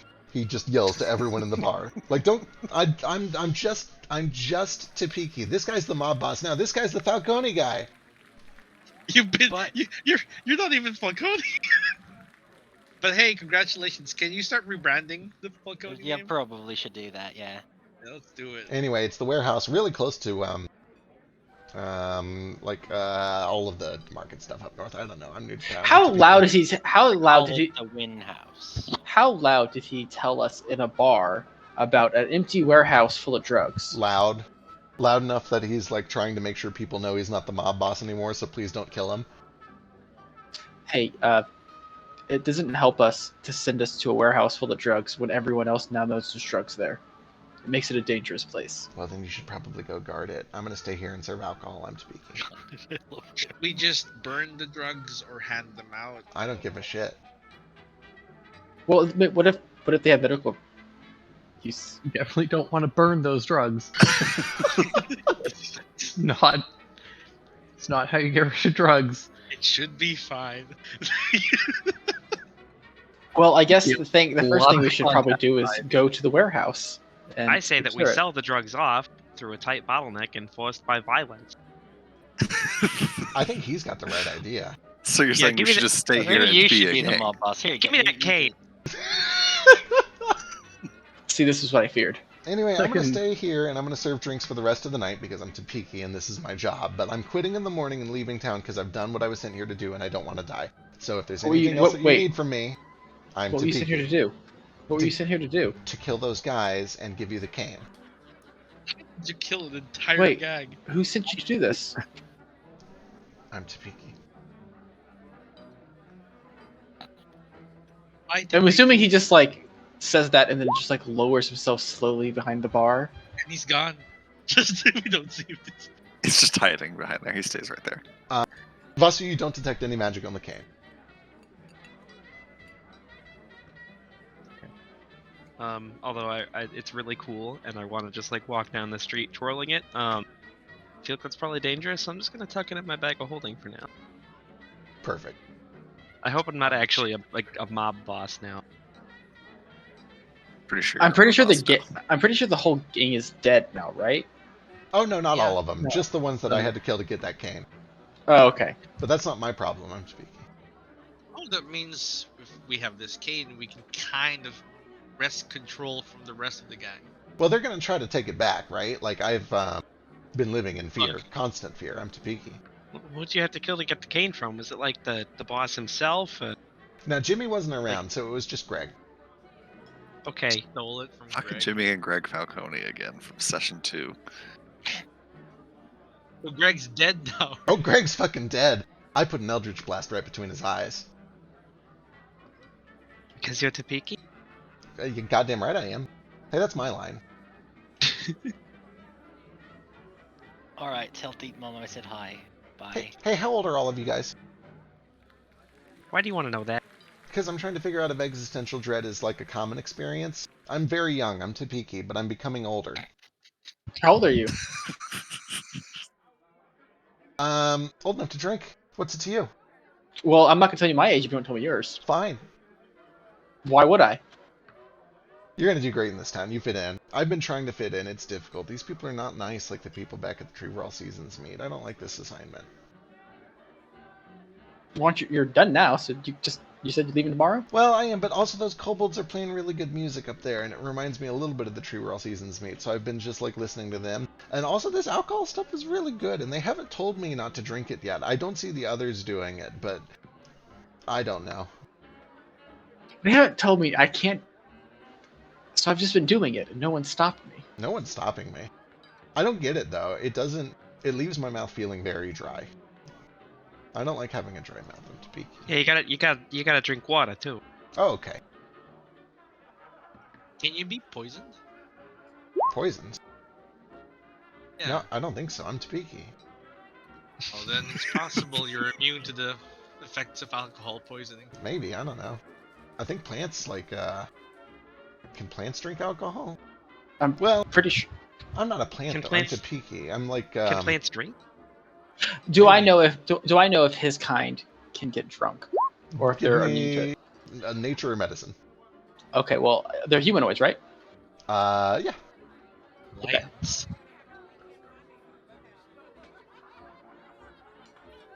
Ethanol tends to stunt the growth of plants. When ethanol is applied to flowers, scientists note that when watered with a 5% solution of ethanol, plant growth slows. Yeah, you'd be aware that it doesn't have as strong of an impact, but it definitely is not, like, great for them. If you use a That's why the 25% piggy's so solution, small. they just die. Anyway, everybody in this town is mean except for the kobolds, so I'm just gonna go back to serving some drinks and listening to music and keeping my head down. And I'm gonna tell everyone that I gave the cane to you. And that I'm no longer a target because I'm too picky. See, I maybe really that. wish you wouldn't do that. So, I think the problem is that you keep telling people a lot of things, such as that I know. a problem? That's probably why they don't get along with you very well. Because they're like, oh wow, this guy definitely had the canes. We killed someone. Well, right. I kind of assumed that people didn't get along with me because I'm too peaky and I murdered 8 people in cold blood in a warehouse on the north side of town. Oh, that probably didn't bother anyone in this town. Do you always lead with that, or? I usually don't say it to strangers, but I have been carrying this cane around looking for you guys for a long time. I was actually thinking you would be here like a week ago. I'm sorry to hold you up. No, Why didn't you just write a letter? I don't write. I'm too picky. I can't even read.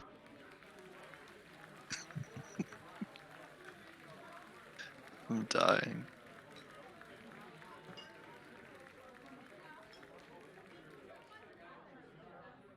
Alright, anyway, I'm going to wrap up there so Chris can get 10 minutes of sleep before work. Pick up next week in Saltpool. You guys can decide what to do. Go check out Mr. White's Manor.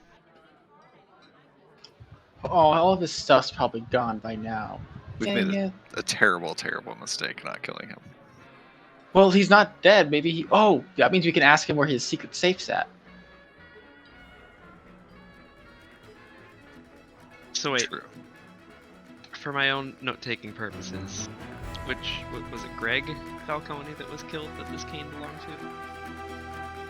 Yes.